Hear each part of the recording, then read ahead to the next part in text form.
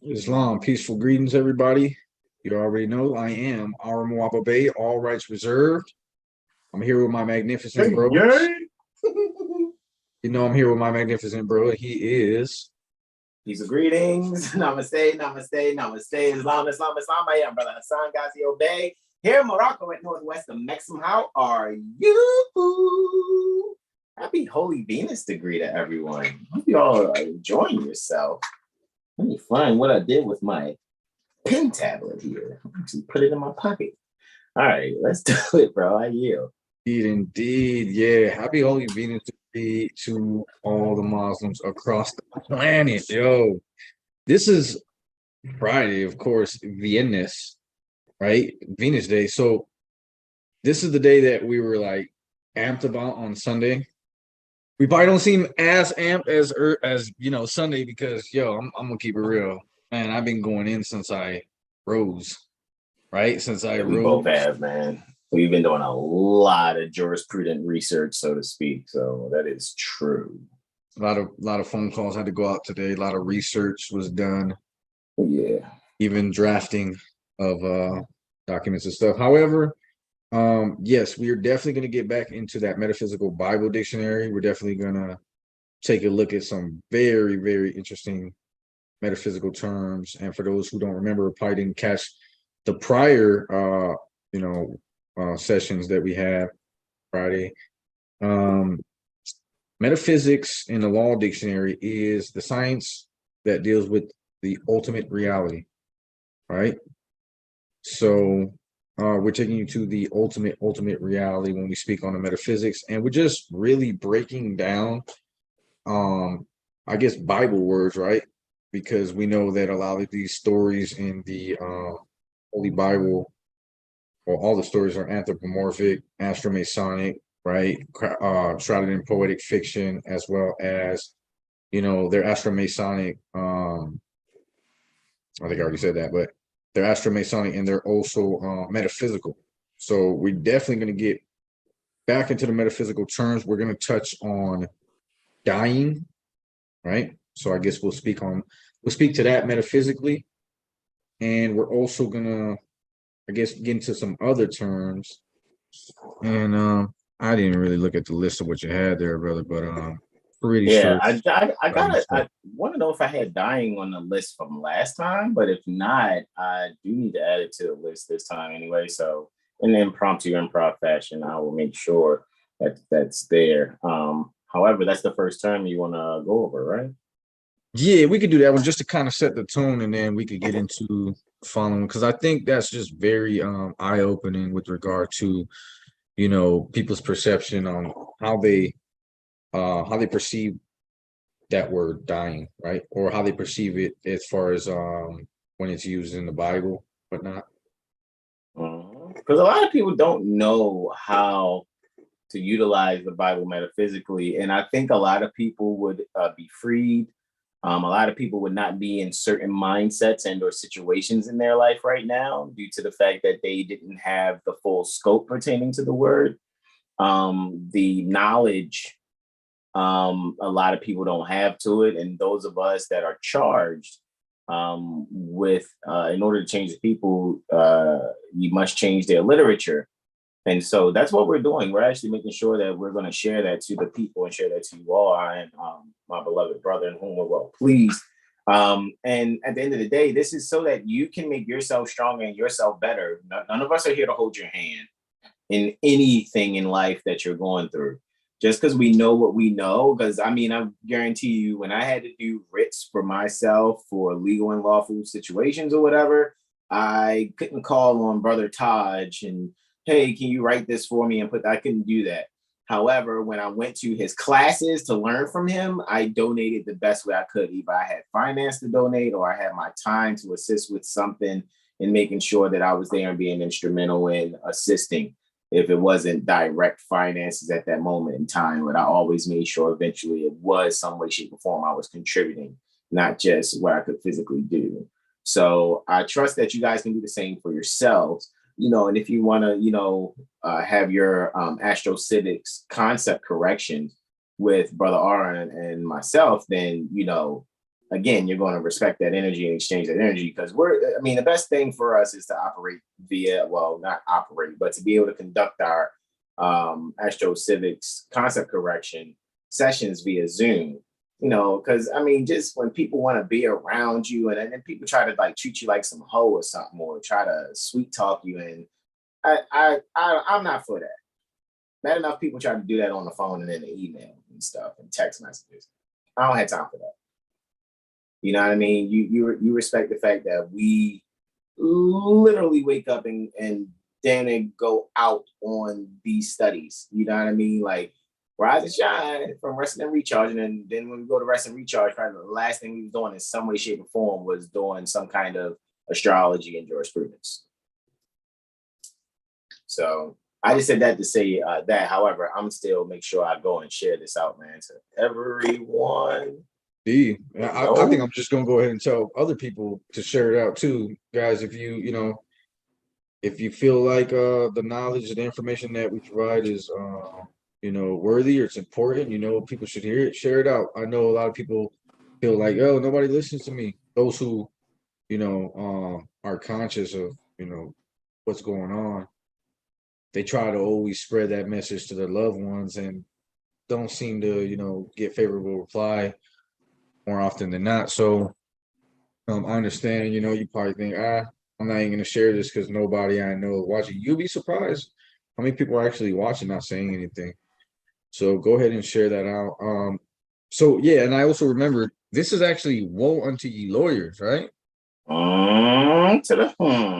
Yeah, that kind of got me hyped when I seen the picture again. Yeah, woe unto you or ye lawyers. I'll say you, YOU lawyers, right?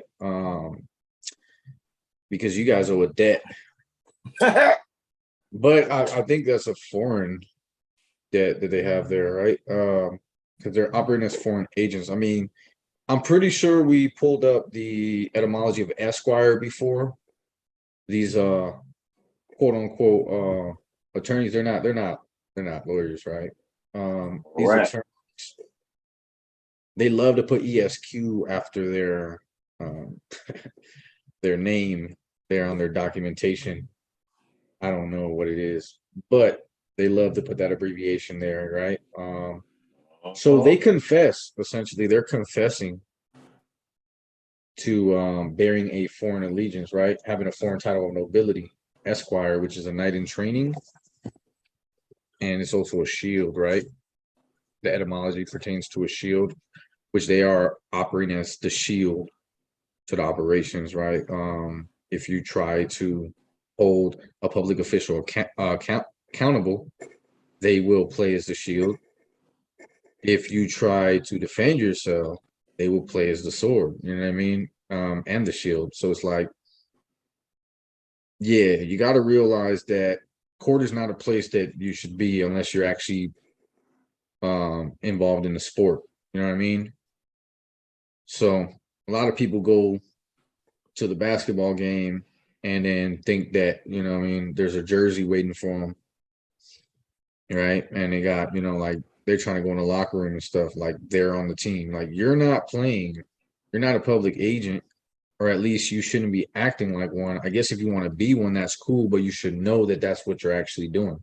You should know, exactly what things mean, because when you start to actually try to communicate the truth about the law with these so-called higher ups in these departments of these different public agencies, what you'll realize is that when you get to the head, you're going to find out that the head is probably just some other quote unquote Esquire, is part of the problem, right? And when these public officials who have a specific duty, right, when they are being taught and instructed by these attorneys, it's not a good look, because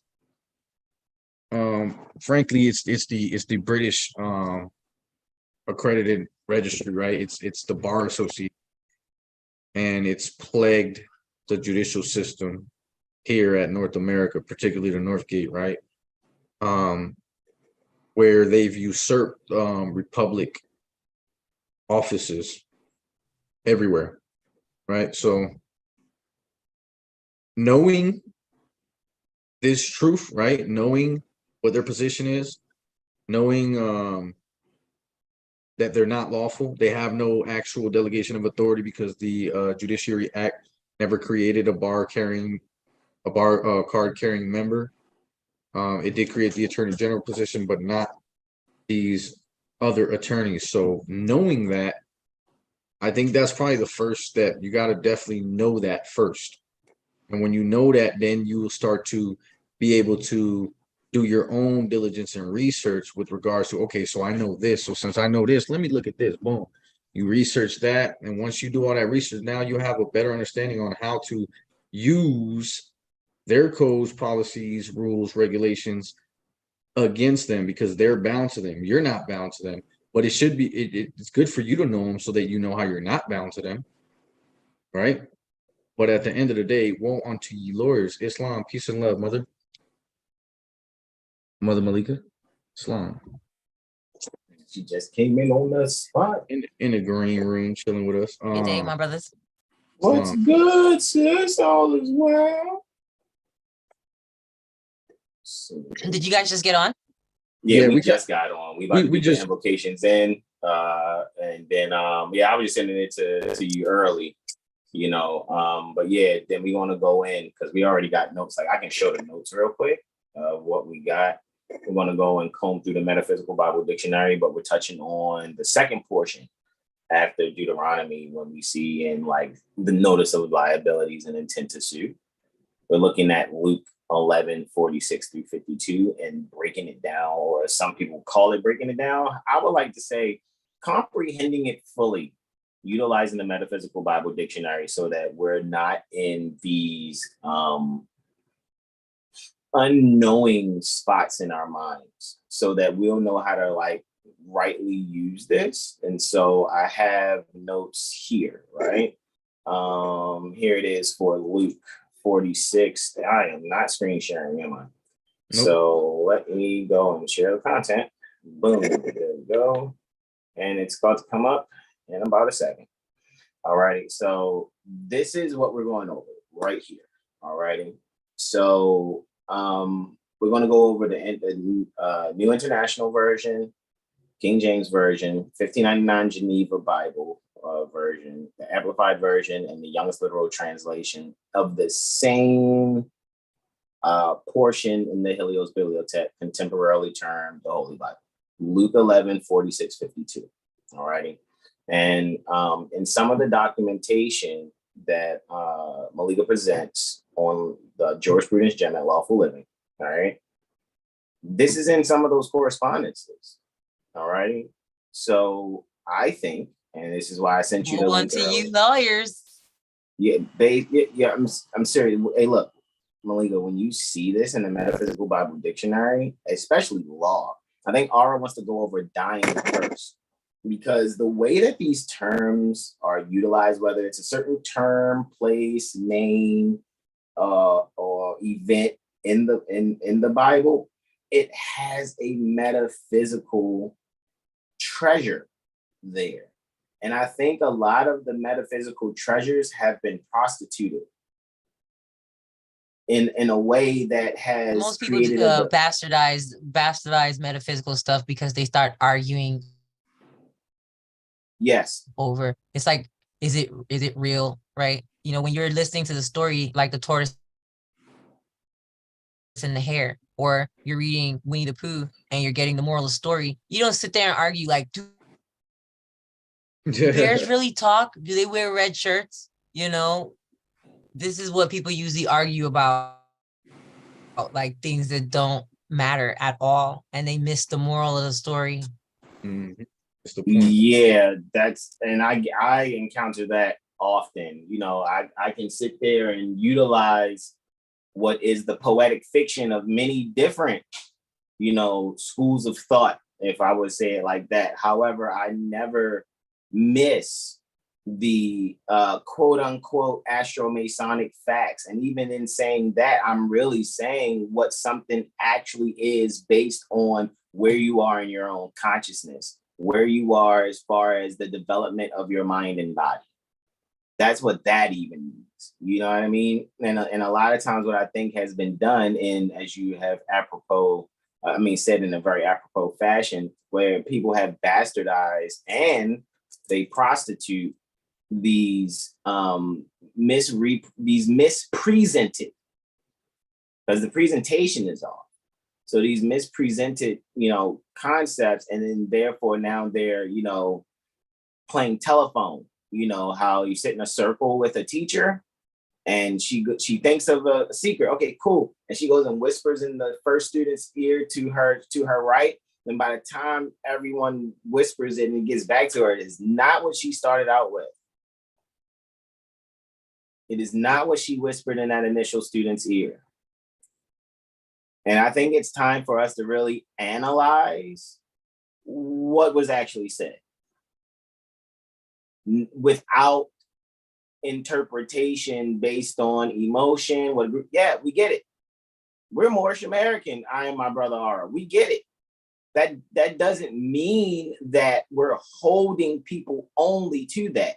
However, I'm not going to negate the path that I took to get to the universal principles, which means it no matter what walk of life you come from, those principles are poetically fictionalized in multiple ways, but they all lead to the same Abrahamic thought, so to speak.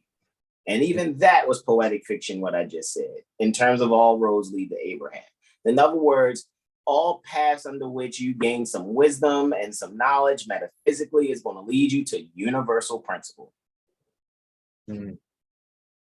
So what I would like to do is get to a point where we're just going to knock this out, guys. Like, we're really going to knock it out. I can see that my green screen is good. It's like every time I move close, I see that's what it's like, kind of doing what it's doing. So it's all good. Get that lighting together, right? I thought you was evolving. I know, right? I'm going in a Super Saiyan mode. Seriously. Seriously, going in a Super Saiyan mode. Eyes just turned white.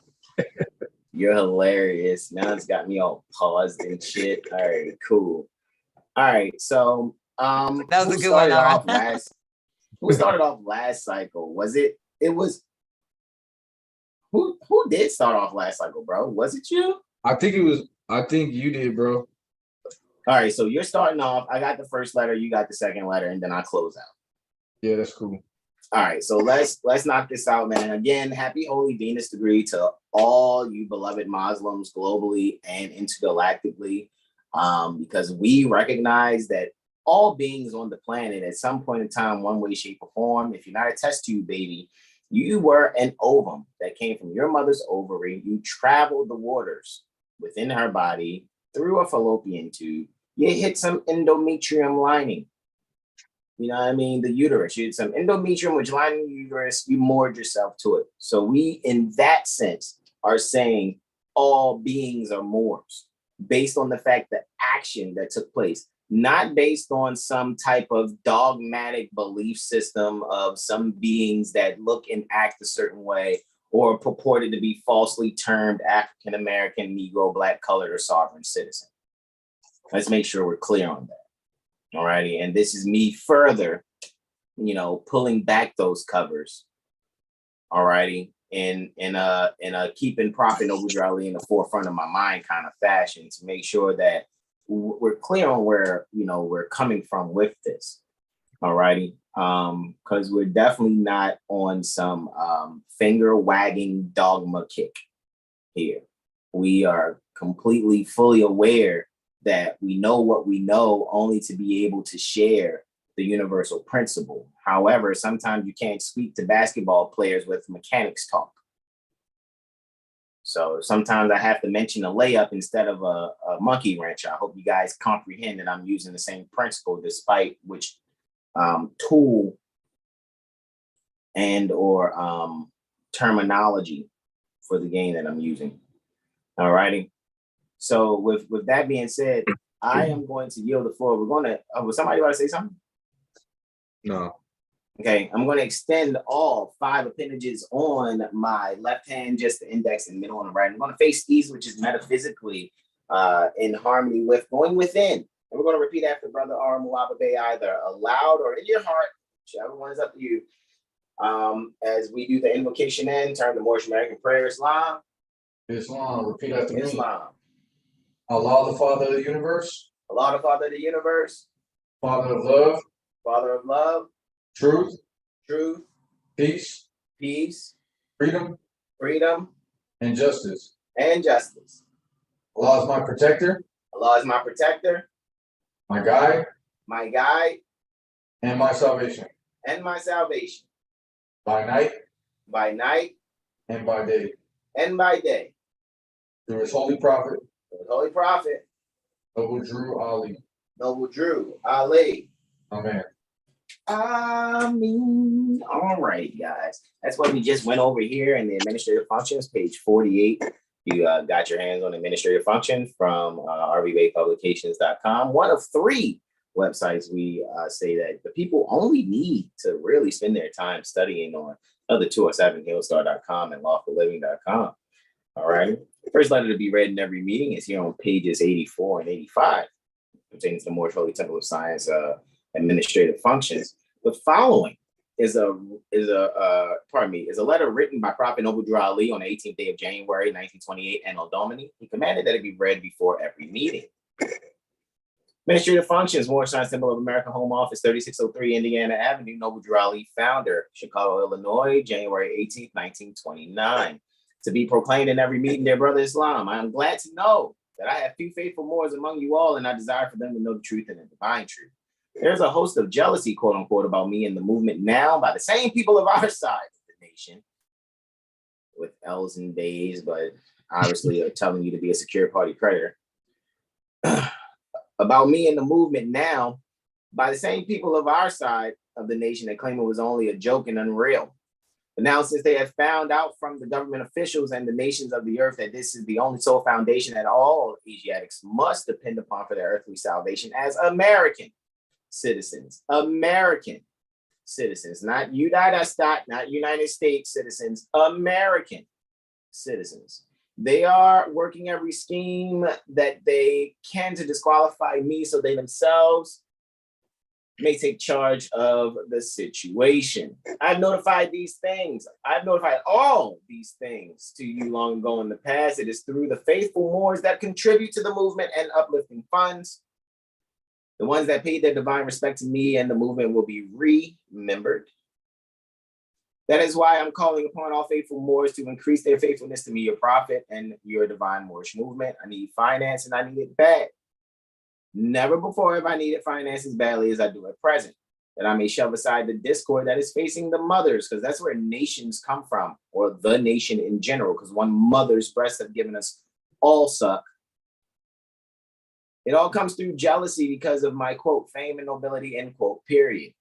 The nations of the world will not recognize the movement without me, the prophet, being the head. It has been proven by my work, in which I have performed in the last few months, because I was at the governor's inauguration as Lewis Lincoln Emerson. 23rd December 1863 is when he was born near Albion, Illinois. It was literally called Albion, Illinois. I wonder if they're still in Albion, Illinois. To represent the Moorish divine and national movement, and I will be at the inauguration of President Hoover for the same cause. And that day was March 4th. Right, for President Hoover, right, 1929. All righty, at noon, at high noon, when they used to do those presidential inaugurations then. All righty, next we're here in the Moorish literature. All righty, excerpts from the Moorish Guide newspaper, and Brother R is going to read the second letter to be read in every meeting to the left shoulder of Prophet Noble Drew Ali, handsomely standing due guard in his Moorish Sharif's fez and Abba on page 12. So on page 13 is the divine warning by the Prophet Noble Drew Ali, and I yield the floor to my beloved brother in whom I'm all pleased, Brother R. Mulaba Bey, Islam. Islam, bro. Thank you. The city was named Albion after an ancient and poetic reference to the island of Great Britain. It's a city. Yep. Wow. What'd you say that was? Albion City. The city was named Albion after an ancient and poetic reference to the island of Great Britain. near the what river is that? The Rhone River, Rhone River. Pretty sure, right? They have very, very, very small population too. It's just divine. Let me see. This thing is in the way. Divine warning by the Prophet Noble Ali. Prophet warns all Muslim governors ordered to read proclamation at each meeting. That's like the president telling the state governors that they got to read some before every meeting. Imagine how serious that would be for them to say, "Hey, every meeting you have, you got to read this." So I was like, Noble Ali was not messing around with these orders. I hereby inform all members that they must end all radical agitating speeches while at work in their homes or on the streets. We're for peace and not destruction. Stop flashing your cards at Europeans. It causes confusion. Remember, your card is for your salvation. Failure to obey these orders will be of severe consequence. We are love, truth, peace, freedom, and justice. And when these principles are violated, justice must then take its course. Any members or group of members who hold malicious feelings toward the temple or the prophet or violate the divine covenant of the Moorish movement will receive their reward from Allah for their unjust deeds. All true Moors will and must obey the law as laid down to them by their prophet. If they lose confidence in their prophet, they should turn in their car and button seats wearing their turban and fez and return to the state where I, the prophet, found you. And I think that's one of the most important parts that people need to comprehend and enforce. When you can't deal with this, take off your turban and fez and get out of the way, because you're out there painting a picture of something that that's not what it is. You know what I'm saying? It's like the police dressing up like rival gang members going out there and shooting gang members. You're doing shit at a certain point. It's like you're purposely doing a thing that's just making the entire group look bad. You're bringing Negro, black, color principles that delude to slavery into something that is Moorish and divine. It does not mix. This is a holy and divine movement founded by the prophet, Noble Ali. And if the prophet is not right, the temple is not right. The prophet, therefore, is sending out a divine plea to all Moorish Americans that they do their part in protecting their prophet and the temple. And again, that can be taken ambiguously. The prophet is the thought of Allah manifested in the flesh, and the temple is the flesh. So keep the mind right, keep the body right. Protect the mind, protect the body, protect the prophet, protect the temple. This is an everlasting movement founded by the prophet through the will of Allah to redeem his people from their withoutful, sinful ways by order of Prophet Noble Ali. Man, I say let's just cut to the chase, right? Let's get right into it. Cut to the fruits and veggies. Get right to the fruits and veggies, right? It's funny, as soon as I go to put that thing on there, it's so funny how this thing is like, hold on, psych, Super Saiyan. You literally turned it into a rating or something, bro. Where is Chrome? Okay, we're gonna do the Chrome thing here. Boom. This is where I'm gonna go. Right here, right? This is where I'm gonna go. Let me make sure I didn't. Okay, we're good. We're good. I'm moving. Great. I'm not frozen like Elsa. Okay. Boom. Here we go. It's still okay. I'm about to say it freeze me again. Okay. New international version for week 1146 through 52. Right, Malika, you wanna start us off? It's up to you if you're not busy. On a new international version, you want to start us off? I know we're going to go into 5 different ones. So if not, I'll ask you on the next one. One once, one twice. All right, bro, I yield to you for the new international version for week 1146 through 52. All right, 46. Jesus replied, quote, and you experts in the law, woe to you, because you load people down with burdens they can hardly carry, and you yourself will not lift one finger to help them. You want me to read the whole thing? Yeah, because we're gonna read from 46 to 52, 5 times, just 5 different ways. This is way number 1. Islam. Well, quote, woe to you, because you built tombs for the prophets, and it was your ancestors who killed them. So you testify that you approve of what your ancestors did. They killed the prophets and you build their tombs. Because of this, God in his wisdom said, I will send them prophets and apostles, some of whom they will kill, and others they will persecute. Therefore, this generation will be held responsible for the blood of all the prophets that has been shed since the beginning of the world, from the blood of Abel to the blood of Zechariah, who was killed between the altar and the sanctuary. Yes, I tell you, this generation be held responsible for it all. 52, quote, woe to you experts in the law, because you have taken away the key to knowledge. You yourselves have not entered, and you have hindered those who were entering. End quote. All right, and the next one is KJV, King James Version. Let's get it. Malika, you want to read the King James Version if you're there, if you're within earshot, going once. Yeah. Malika for the King James Version. All right.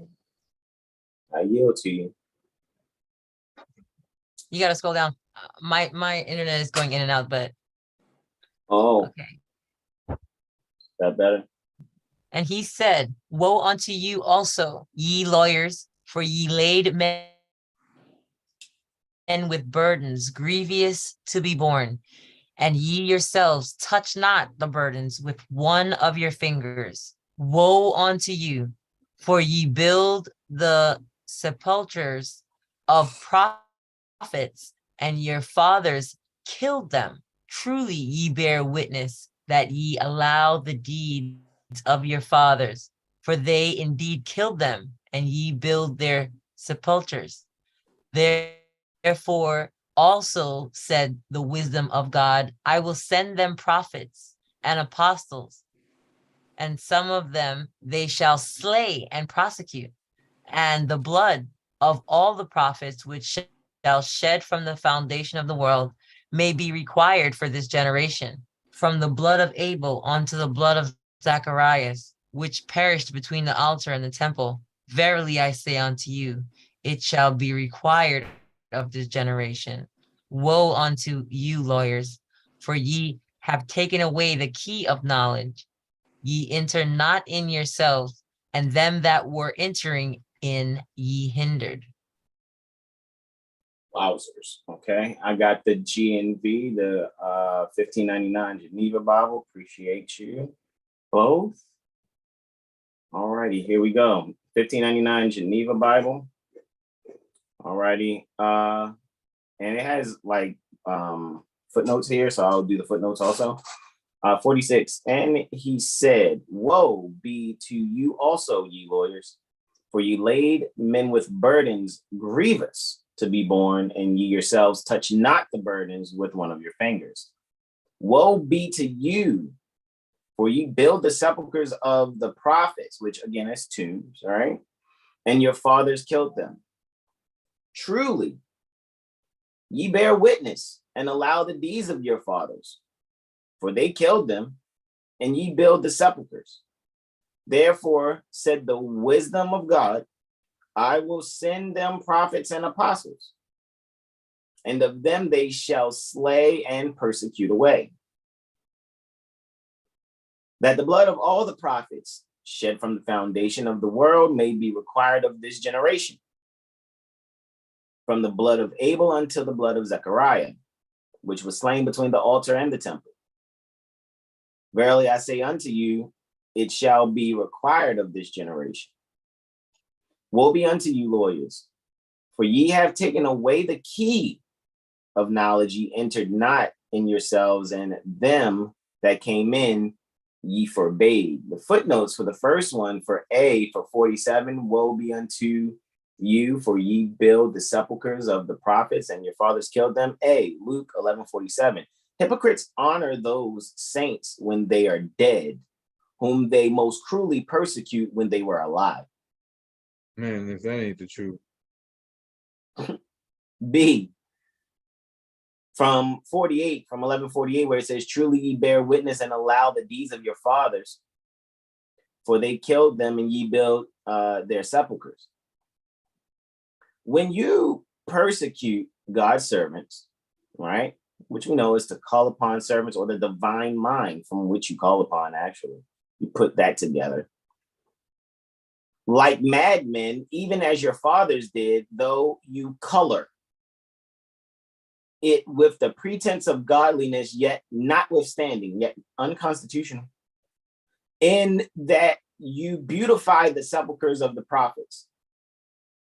What do you else but glory in your father's cruelty, and set up moments, as it were, in glory and triumph of the moment? Pardon me, monuments. Set up monuments, as it were, in glory and triumph of the monument, and glory and triumph of killing the prophets and apostles. Right? C, which is dealing with 11:49, right? Therefore said the wisdom of God, I will send the prophets and apostles, and of them they shall slay and persecute away. So see, Luke 11:49, they shall so vex them and trouble them, that at length they shall banish them, right? Remember, guys, this isn't something for you to feel bad about. No lightning is about to come through your roof and strike you. This is pertaining to your consciousness, period. And so we're going to go into, what is law? What is prophets and apostles? What's tombs? I'm talking about all metaphysical. What is Abel? What is Zechariah? What are these things? What's an altar? What's a temple? This is in our vocabulary list. You guys will see. D, pertaining to 11:50, right? 50 says that the blood of all the prophets shed from the foundation of the world may be required of this generation. So D, Luke 11:50, that you may be called to an account. You may be called to an account for it. Yea, and be punished for the shedding of that blood of the prophet.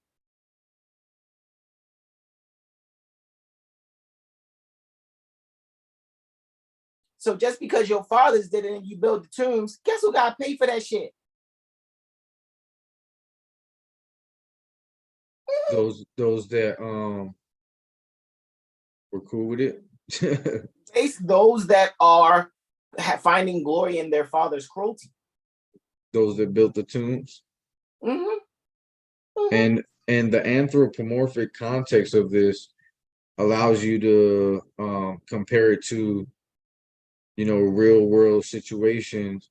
With regard to the whole lawyer thing, they're basically saying that they're the gatekeepers to the knowledge who don't have the knowledge. Like, imagine they're at the gate not letting you in the library, but they ain't been in the library either. So they're you know what I mean? They just know a little bit more than you.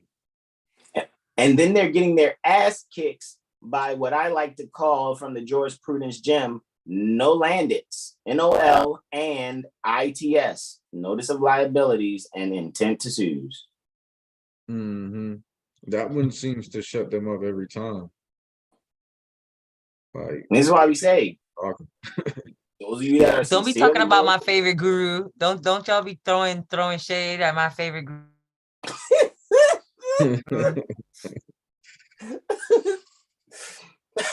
This is why we tell you guys, and you guys know, firstly, I'm speaking to Moorish Americans. If you really are sincere, when you really are spending time on RV, when they talk about hindering those who want to enter the temple, hindering those who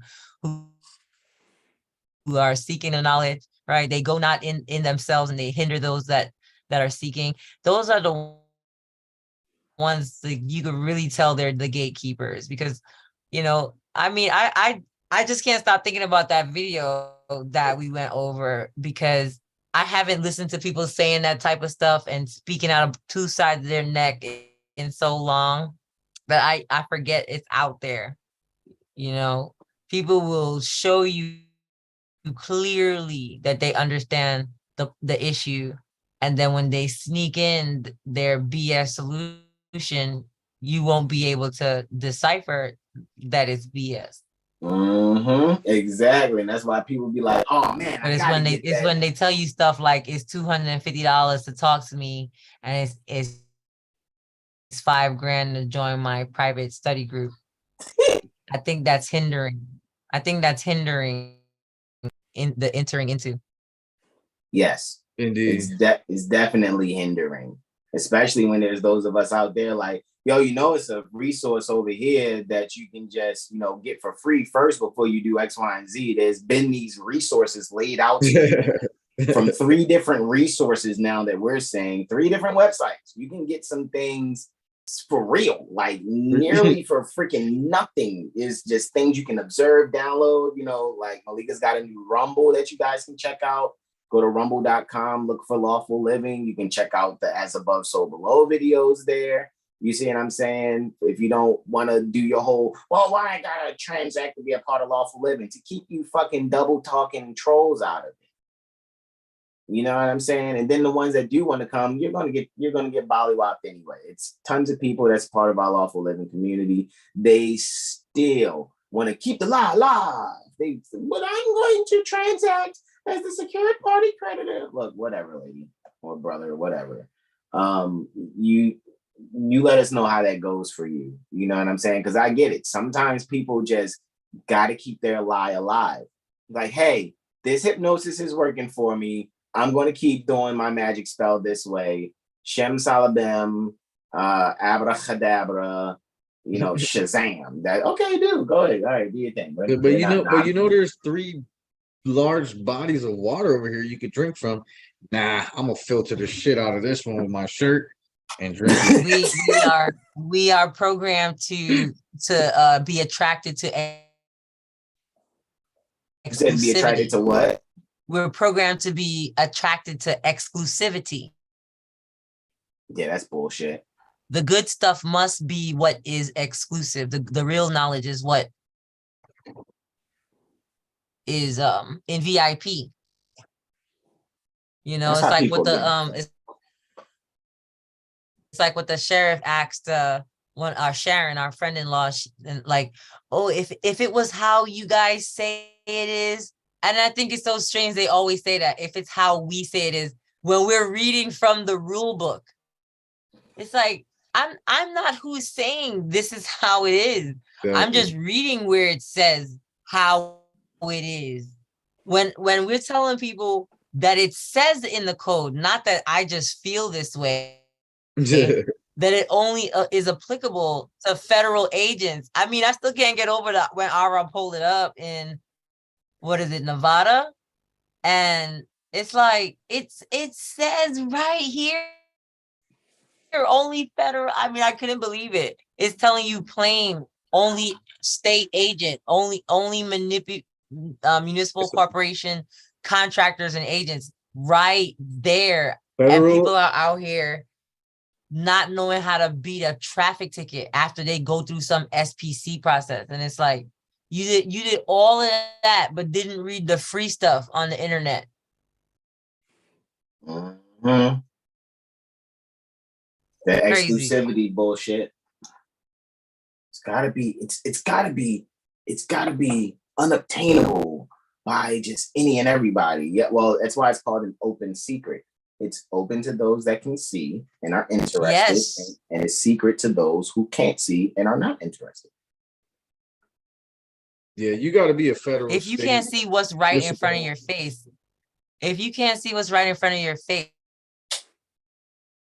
you're not going to be able to find what is actually hidden. Exactly. Correct. Or maybe they're just farsighted. Or is it nearsighted? They can see far. They can No, see you was far, right. but they can't see close. Yeah, that's farsightedness. You're correct. Or maybe it is nearsightedness, I seen that. I seen that bullshit right? coming Because a from a lot of mile people, they away. want immediate results. They want immediate results. So here's what it came down to at the end of that argument yesterday. If you do it the regular way, so-called regular way, The regular way, the SPC way, excuse me, the NBC way. you can get whatever the thing is.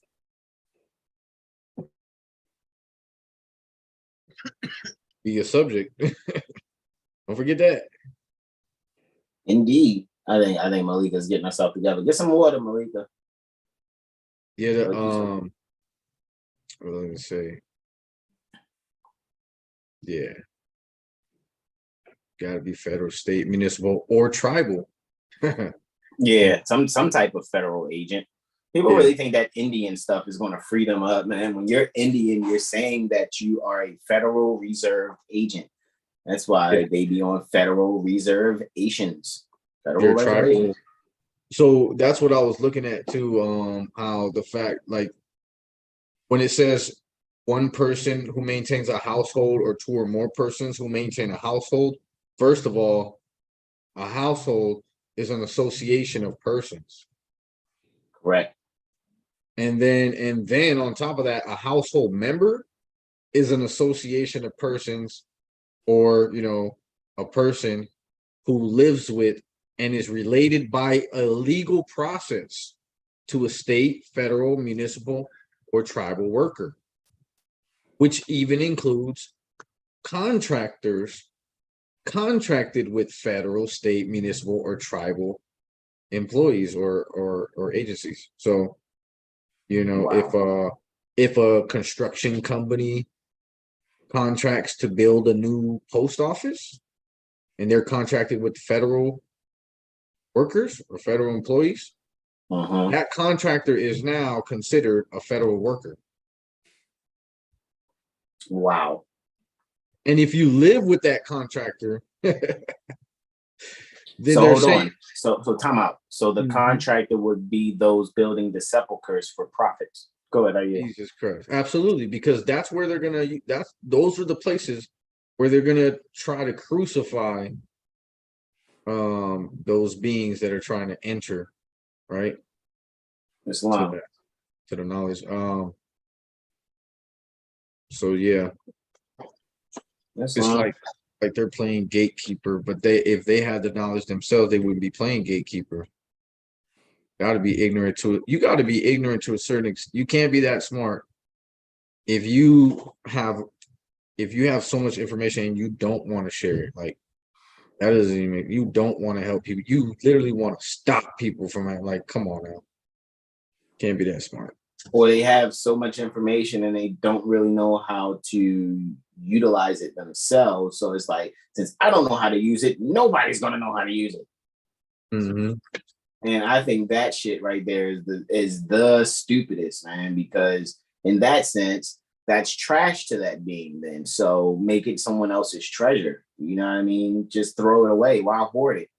You know what I mean? Just throw it away then, and somebody else go, holy shit, look at this. This is what I've been looking for the whole time. Then that means subconsciously. Out here in the alley somewhere. Then that would mean subconsciously that they know that they don't understand it, but they know that there's someone there that will, and they wanna keep it to themselves until they can understand it, so they can act like they're the ones. You know what I mean? To look at some type of. Islam. We keep freely sharing though. 52 for ENF. Woe be to you lawyers, for ye have taken away the key of knowledge. Ye entered not in yourselves, and them that came in ye forbade. So E is saying for Luke 11:52, and so is F. E is saying they have of long time, chiefly.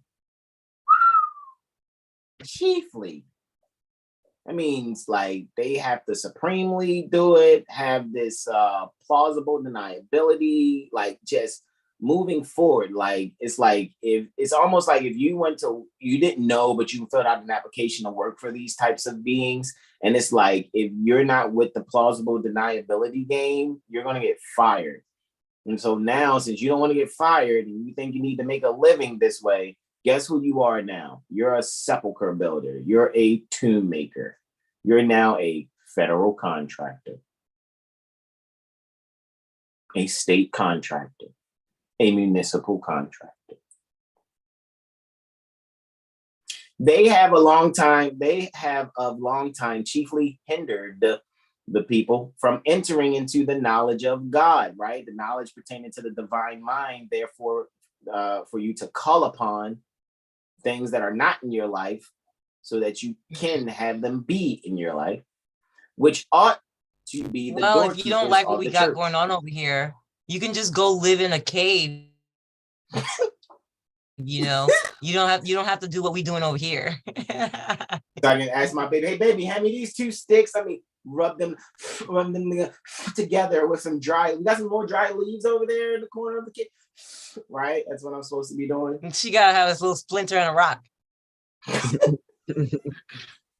Yo, trying to strike a little splint and a rock. That's what he wants us to have, because we don't want to participate in the Monopoly game, because we are here to exercise our dominion through the knowledge of God.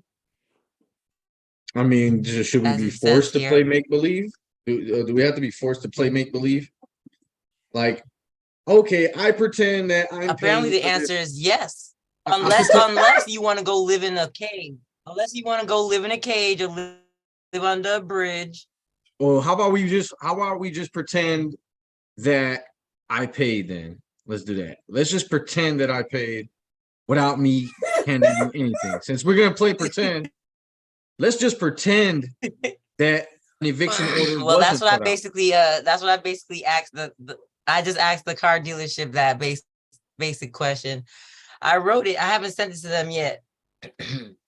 But you know, I like to sleep on it when I write them these notices. Because if it's all pretend, let's just pretend I paid and say that's what it is. Right.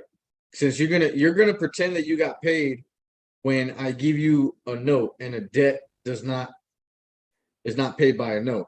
So knowing the law, knowing that a debt is not paid by a note, you still want the note so then you can pretend that it was paid. So let's just pretend I gave you the note even though I didn't. Since you're gonna pretend that it was paid even though it wasn't. Mm-hmm. That's why it's well, the problem is that they want us to go to work for real in real life to pretend to pay their pretend debt. They want us to do real things for imaginary things. Yeah. To keep up the imaginary world. They want to give your real life essence for imaginary things. Correct. I hope everybody internalizes that. Yeah, they want your real sweat equity. They want the best years of your life. They want the best years of your children's life away from you while you are working for imaginary shit.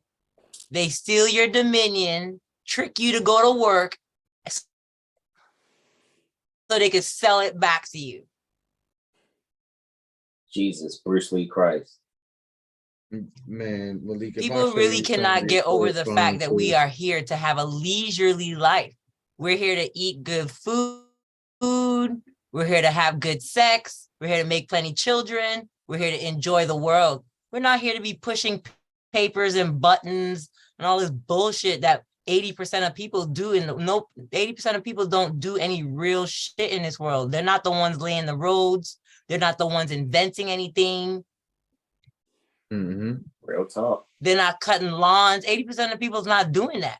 80% of people aren't growing our food. That's not what we're doing. All of us out here, most of us out here is doing nonsense that we don't even want to do. That's totally just linked to the slave banking system, debt collection. When I used to work at Wells Fargo, that's all we did. Debt collection and selling you shit you don't need. Don't you need an 8th account with Wells Fargo? That's what we were telling you every day when you called in. People used to call in and be like, I'm just trying to check my balance. Wells Fargo charged you $2 to call into the bank to check your balance with a real man or woman, because Wow. the justification is you could have found that out online or through the automated service.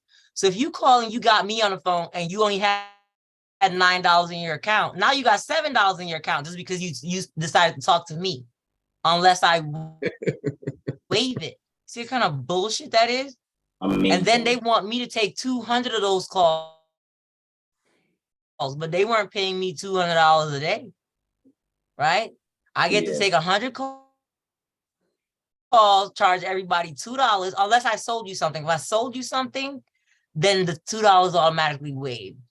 It's even more then, because they made more than. Yes, they're gonna make even more than, and I still don't even You ain't getting that, yeah. get the $2 for the call. Amazing. So this is what they don't want us to see. Then that's why when everybody's out here trying to get the bag so they could turn around and, you know, participate more in the slave system nonsense. You just got to keep your eye looking on how to get out. While you might still be participating, always keep your eye on how to get out. I think it's more mental than anything. So, and you know, the body needs some time to catch up to the mind. So once your mind says, I ain't doing this shit no more, your body gonna stop doing it. So, you know, get your mind right. Indeed. So the last bullet point here, the last footnote, F for Luke 11:52. Luke 11:52, and here at the bottom, just above Brother R's thumbnail there, you have hidden and taken away so that it could not be found anywhere. I think that one right there, when you think of the NCCUSL, which in short people also know as the Universal Law Commission, what has been hidden and taken away is the common law. Mm-hmm. And the natural law. And I mean, well, the practice pertaining to natural or almost natural and common law. And the understanding, because the way I see it is like if you eat proper foods, that food communicates to your cells. If you engage with nature a certain way, nature communicates with your being, your organism. But they found out ways to cut off that communication between you and nature. So whether that's rubber soles on your shoes so you can't ground, or you know what I mean, or they're just like you know, putting you in church so you can, you know, shun the spirituality and praise the dogma. They've done all types of things to, or giving you food that it doesn't really speak you know, life into your body, so it doesn't communicate. They found all the ways that they can to try, and I think the last way would be to block the sun, which they've been talking about recently. I don't think it's going to happen. But yeah. So so I look at it like, you know, when people look for their remedy, there isn't any, because their thoughts pertaining to all balanced law, pertaining to the zodiac manifested in flesh. They're prophets, right? They're angels, they're angles in which they could utilize to free themselves from this unconscionable practice on the planet called uniform law that's being adopted, not legislatively. Who wears uniforms? Enacted, right? What'd you say? Who wears uniforms? Idiots. Not private people, but private beings are not all in the same outfit. You know what I'm saying? Wearing a uniform. That's only service members. So when we're talking about military, uniform, right? Yeah, uniform laws, you're obviously talking about some public agents. Correct, right? So, and when, like Malika said a lot, you know, they're in their clown suit, so they think everyone's at the circus. Not to actually observe the circus, though, but to actually participate in one of the three rings. You know, so it's like, hold on, I'm over here juggling with rubber shoes and rubber nose and really long shoes. You should be over there trying to get the tiger to go through the ring of fire. And it's like, When did I consent to Barnum and Bailey? It's like when they try to do those interactive shows where they try to bring the audience into the the performance, and then they pick somebody out of the audience. We all learn by now that most of the people they pick out of the audience also work there. Right. That's part of the show, right? That's part of the gimmick. It makes it seem like they pick Correct. somebody out the random crowd. They cannot do pick you that. out of random crowd. You have to sign release forms. You would have to sign release forms for them to be able to bring you into the show. They would have to put you under their insurance and all that shit. They can't actually afford to do that, but it's cool to make it seem like they can, right? It's like the people who fall out on cue when the church say they're supposed to be feeling the Holy Ghost. You know, they all got to be in on the show. Don't be in on the show. Remain just part of the audience. Correct. All right.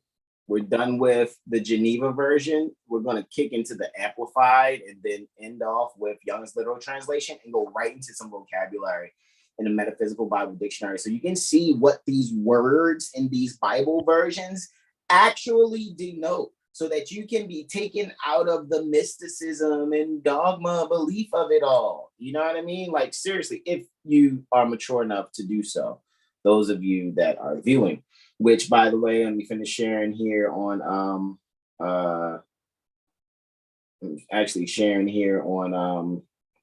Facebook. Sharing down, but let me go to YouTube real quick and see who's all in the chat. In the YouTube. All right. Let's actually see here. Give me 2 seconds. Let's see who everyone is. Malika was just talking about they do that with other things too, like these people, like they'll hold like a drawing or something and they act like someone randomly is winning, but they're just giving it to someone they know. Because I remember when I was at the radio station and they gave me the top 10 list and allowed me to call and wait on hold and pretend like they randomly selected me, and I read the top 10 lists and got free tickets. Like I was at the radio station. Oh boy gave me the list. I didn't even hear the top 10 songs. He just needed me, to tell the girl I was with at the time to introduce one of the songs, right, for the countdown. So it was like, I need a female to introduce a song. Will your girl do this? And then I was like, yo, all right, yeah, ask her, boom, she'll do it. All right. And then I asked him about these tickets. He's like, you want them? I'm like, you sure? He's like, I'm serious. They're fucking yours, bro. They're yours. I'm like, all right, what I gotta do? He was like, here, just call this number. I'll give you this list. So I know for a fact they do that stuff. That's how come that whole Tech 9 contest thing, is like, looks like they just gave it to all their buddies. You know what I mean? Like, got you. Yeah, I totally can dig that, bro. Like, that's obviously insane. It's a huge version of the Truman Show, and everybody is in on part of it, but nobody ever thinks, what if all of it is like that? What if all of it is fixed, rigged, pre-selected, etc., just like that? Nobody wants to embrace that that's everything you could think of. Professional sports, all that stuff that we think is because real, it's all contrived. The sports are not even classified as sports, they're classified as entertainment. That is true. Yep. That is actually true. All right, I think you're up next for Amplified, and Malika, you can when we do the Young's Literal Translation, if you're up to it, I'm pretty sure you are, you can read that one. All However, right. here's the Amplified version. All right. 46. Mm-hmm. But he said, quote, woe to you lawyers as well, because you weigh men down with burdens, man-made rules, unreasonable requirements, which are hard to bear, and you yourselves will not even touch the burdens with one of your fingers to lighten the load. Woe to you, for you repair or build tombs for the prophets, and it was your fathers who killed them. So you are witnesses and approve the deeds of your fathers, because they actually killed them. And you repair or build their tombs. 49. For this reason also the wisdom of God said in the scriptures, I will send them prophets and apostles, some of whom they will put to death, and some they will persecute, so that charges may be brought against this generation, holding them responsible for the blood of all the prophets shed since the foundation of the world, from the blood of Abel to the blood of Zechariah, the priest, who was murdered between the altar and the house of God. Yes, I tell you, charges will be brought against this generation. Woe to you lawyers, because you have taken away the key to knowledge, scriptural truth. You yourselves did not enter, and you held back those who were entering by your flawed interpretation of God's word and your man-made tradition. Jesus, Bruce Lee Christ. Did I not say by teaching them dogmatic principles and making them scared of spirituality?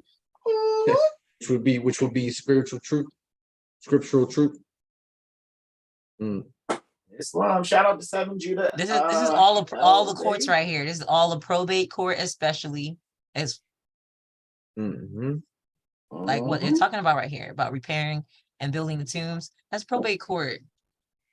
Charles called me the other day, said his daughter was applying for daycare benefits, and they told her she had to put the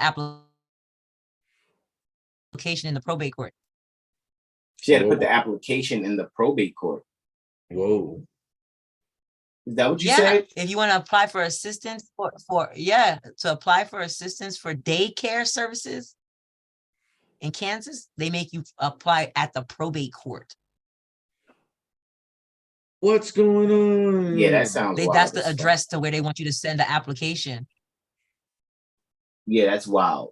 That's wild. Because then what's being done is a judgment is being made based off of man-made rules and unreasonable requirements.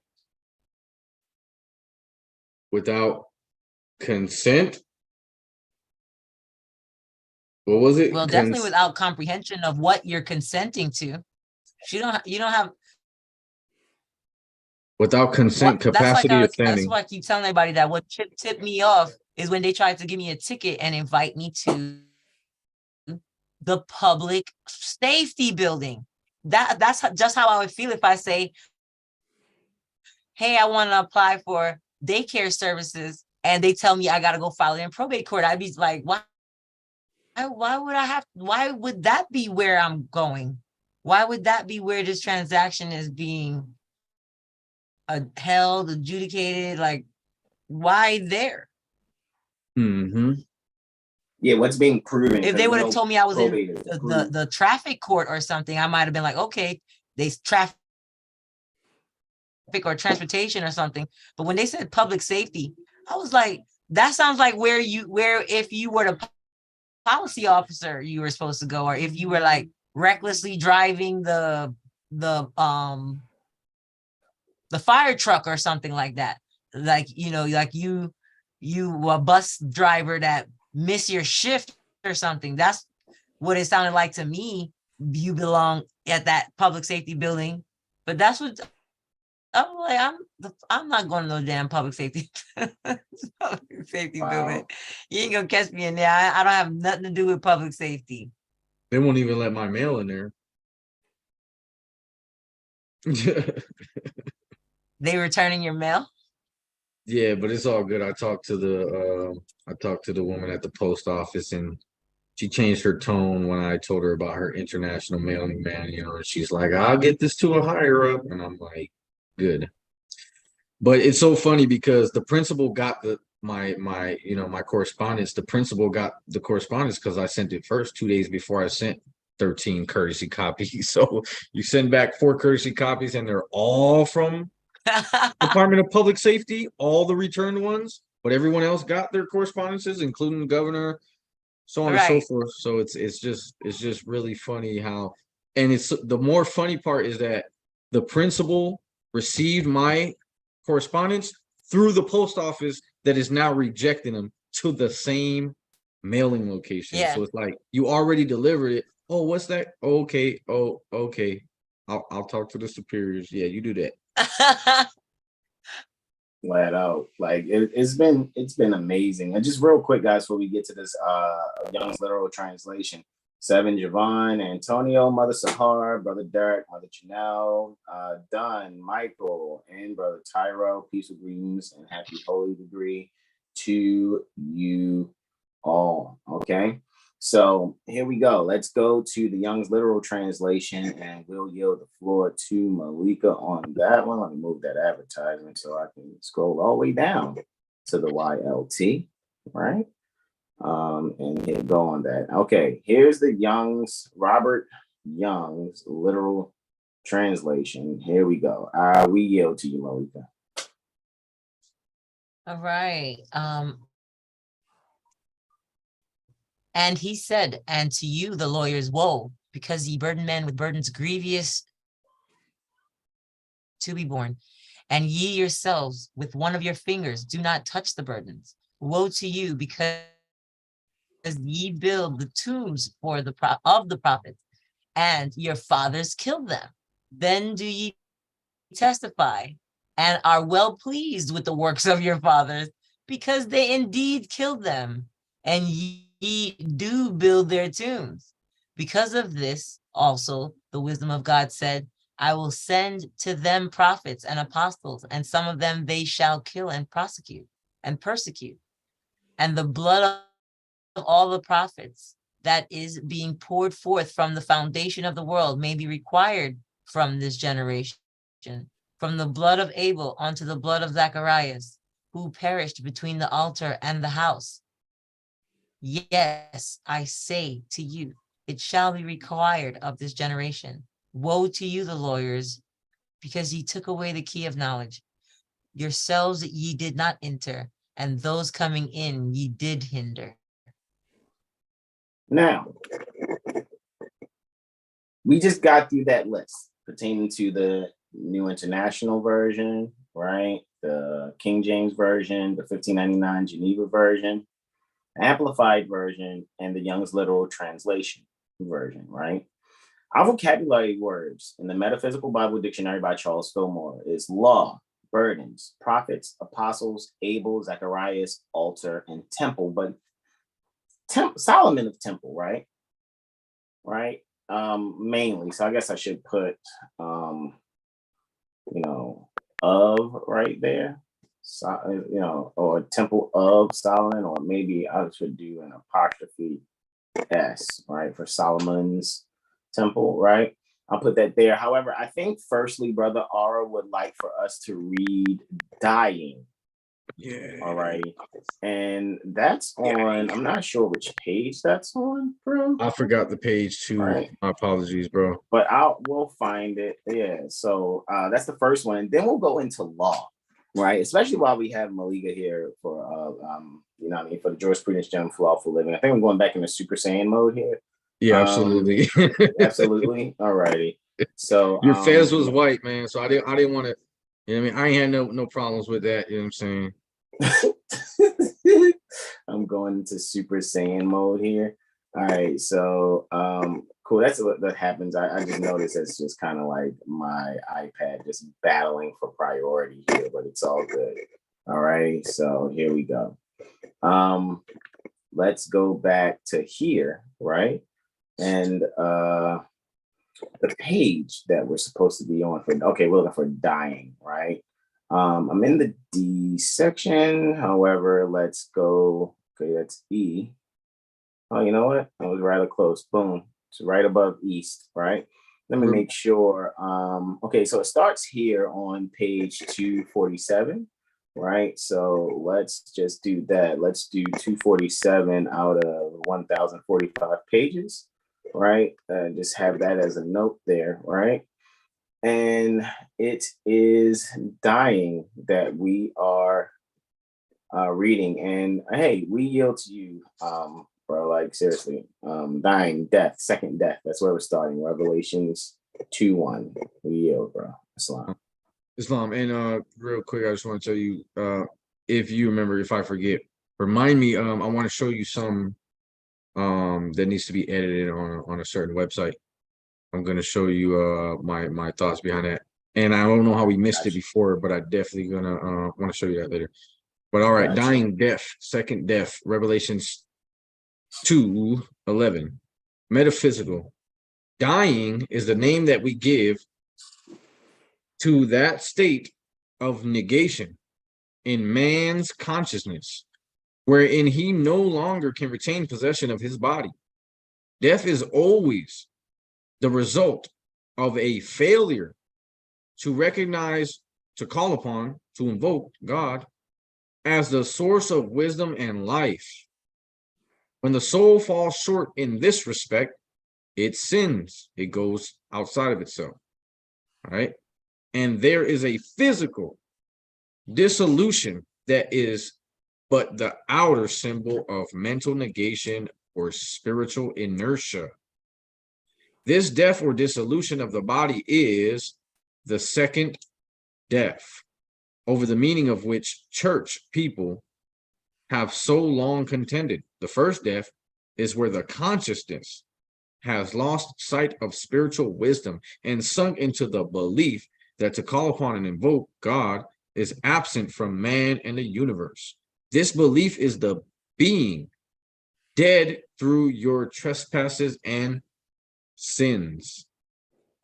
So it sounds like when you come into the body and lose all that knowledge, that's your first. So you're already dead just by coming here and not knowing who you are. Of course, if you're in full life, that's a little different. There can be no other explanation for the first and second death. Lie, we know that the body is the outer form of the thoughts. Oh, firstly, I know that one why I think it's right? Firstly. Yeah. Firstly, we know that the body is the outer form of the thoughts, and it therefore could not die or disintegrate unless a similar process had first taken place on the mental plane. If you allow yourself to go to sleep spiritually, that is, if you live in the senses and fail to recognize your spiritual selfhood and your relation to being, you are already virtually dying or dead. The Jesus Christ. Yes. Yo. Yes. Pause. Moment of silence for the dead, for those who are virtually dead. The fact, real quick, and it's funny because Michael was like, I'm not going through Super Saiyan mode. It's Ultra Instinct. He's evolving. I think Ultra Instinct is when they get the blue hair, right? In Dragon Ball what's Z. What's that video game where you can use your instincts? Oh, I think it's a Assassin's Creed. Wowzers. Use your instincts, or there's some other ones you can see the enemies through the walls and stuff using your instincts. All right. So again, if you allow yourself to go to sleep spiritually, which again is breathly, or regarding your breathing, right? If you go to sleep on how you're supposed to breathe, if you're not breathing right, basically, that is, if you live in the senses and fail to recognize your spiritual selfhood and your relation to being, you are already virtually dying or dead. The fact that you seem to live and to exercise a limited consciousness on the animal plane is no evidence that you are alive, because the senses fail you.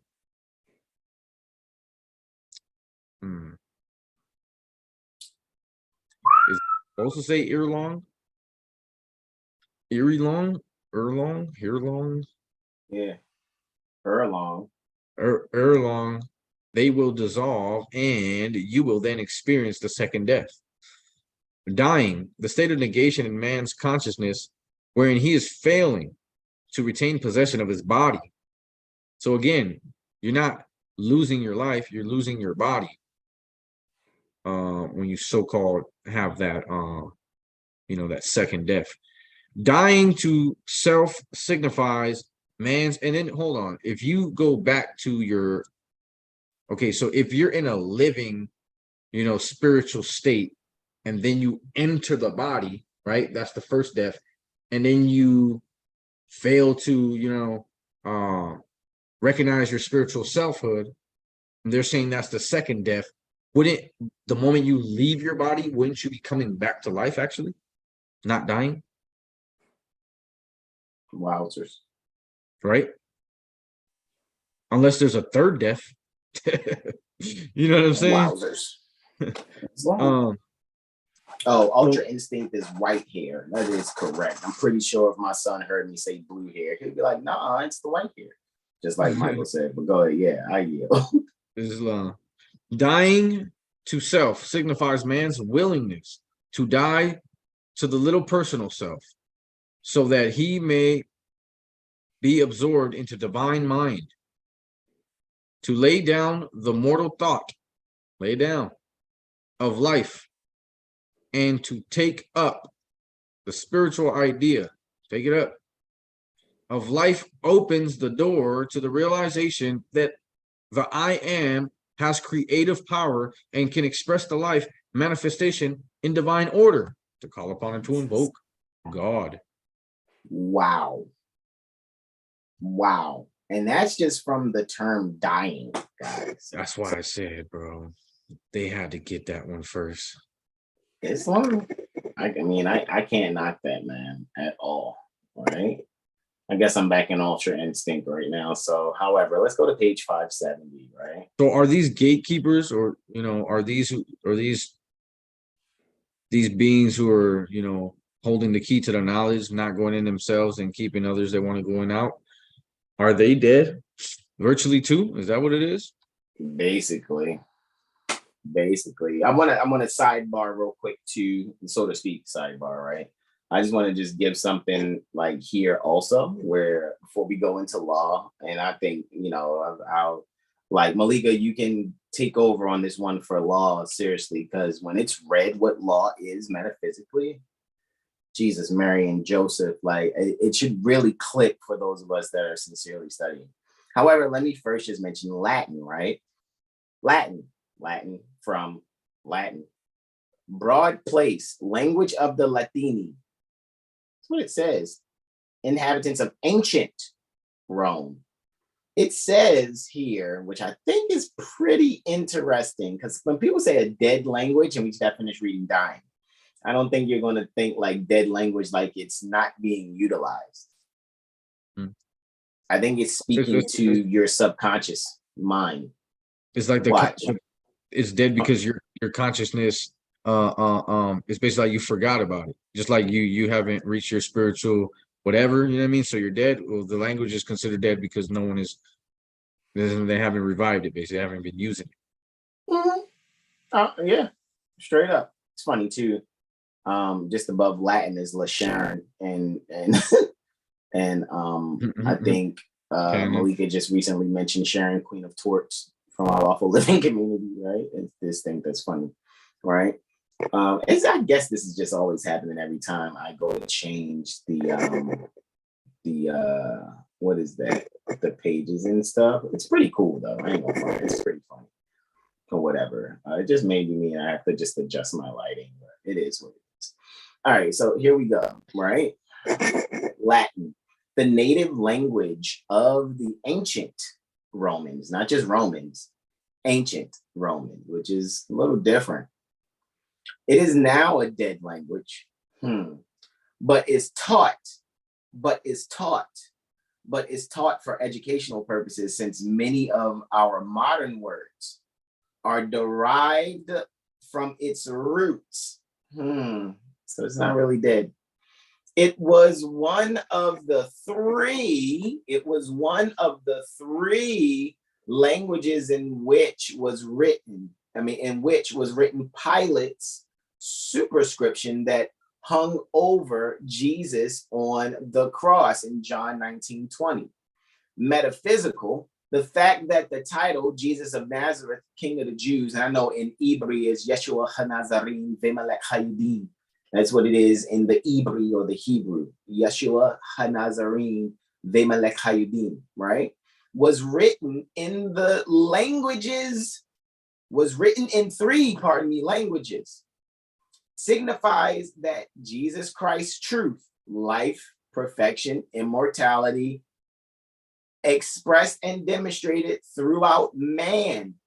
Remember, man is mind, right? Mm-hmm. Even to his outer organism must be recognized and acknowledged by man on all three planes of his consciousness. He must accept this truth and the Christ, right? Because we read that last Friday. So don't be sitting here thinking we're talking dogma here, guys. Again, That's consciousness. Exactly. We're speaking consciousness, period. First consciousness is long. Correct. Tied in with your endocrine system. Let's not forget that part either. Right? Must rule in the superconscious mind, his conscious mind, and his subconscious mind. The Hebrew language refers here to the spiritual or superconscious phase of mind and man. Latin is referred to the subconscious, and Greek to the conscious reasoning mind. Think about that. Think about those three so-called said languages speaking to the three different levels to whom you actually are. Your spirit man, your soul man, right? Subconscious, which domiciles what some would say the heart, and then your conscious man, conscious mind. So your spiritual mind, your soul mind, which is known as the astral. Spirit is known as the causal plane, right? Causal mind. Soul is the astral mind, right? And the phi cycle, physical, right, is the reasoning, the conscious. So superconscious, spirit, causal, subconscious, soul, astral, conscious, phi cycle, reasoning, mind, right? So the Hebrew speaks to breath, spirit, right? The Latin speaks to the subconscious, speaks to the soul, right? Which is interestingly how even metaphysics is in the Henry Campbell Black's Law Dictionary as we found it. And there's a lot of Latin that's in there too. So just again, the law books are the holy books and the holy books are the law books. For So those it's of us that saying, can see. so are they saying the mind within the mind? One doll inside of another doll inside of another doll. Yeah. Right? So that's what I just wanted to do. So Brother Aura, he brought up that.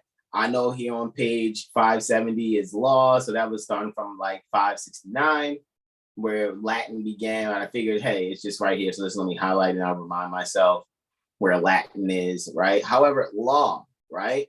We get right into the metaphysics of law really quickly. And I guess if we need to, we can share. However, Malika, if you're there, you can kick us off right there with law, even down to where it begins for metaphysical so that people can really see what it is. Right? All right.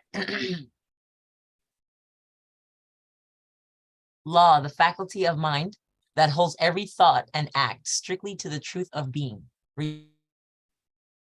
regardless of circumstances or environment. Law is a metaphysical faculty. It mathematical, but mathematical and places metaphysical first is the things same. first. Though. Jesus, it's still the same, really. But go ahead, I yield.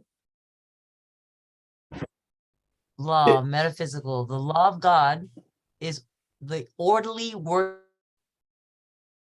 out of the principle of being, or the divine ideals into expression and manifestation throughout creation. Only spiritual things are eternal and real. All inharmonies and seeming limitations in the world are the result of man's error beliefs and thoughts. Yeesh. A man can eliminate them by eliminating error from his mind. He can do this by understanding that God's creation is all that there is and knowing it to be good. In this way, divine ideals are established in mind, and by the law of mind, action, they are expressed, thus bringing into manifestation the perfection that ever existed in the ideal. The law of mind action may be described in 3 steps: mind, idea, manifestation. First, there must be mind. Second, everything exists first as an idea in mind. Third, the inherent power and intelligence in the idea causes it to act or express.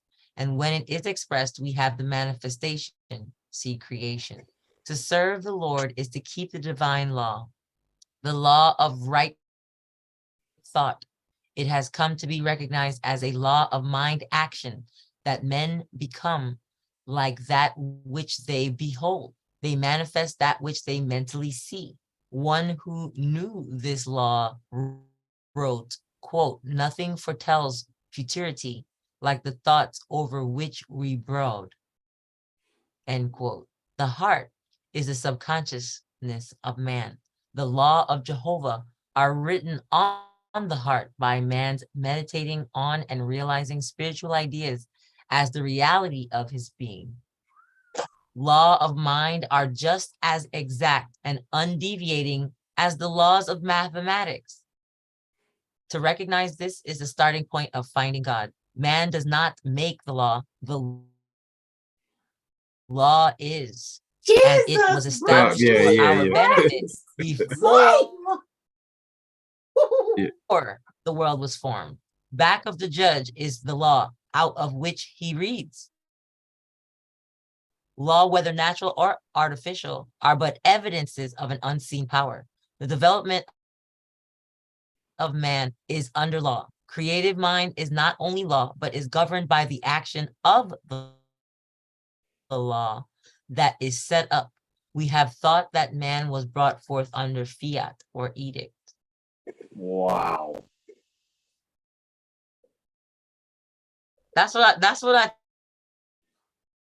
think of when people say stuff like baby steps. It's kind of like, it really, there is none. You either realize or you don't realize. And once you realize, it's very difficult to justify doing it before how you did before you realized.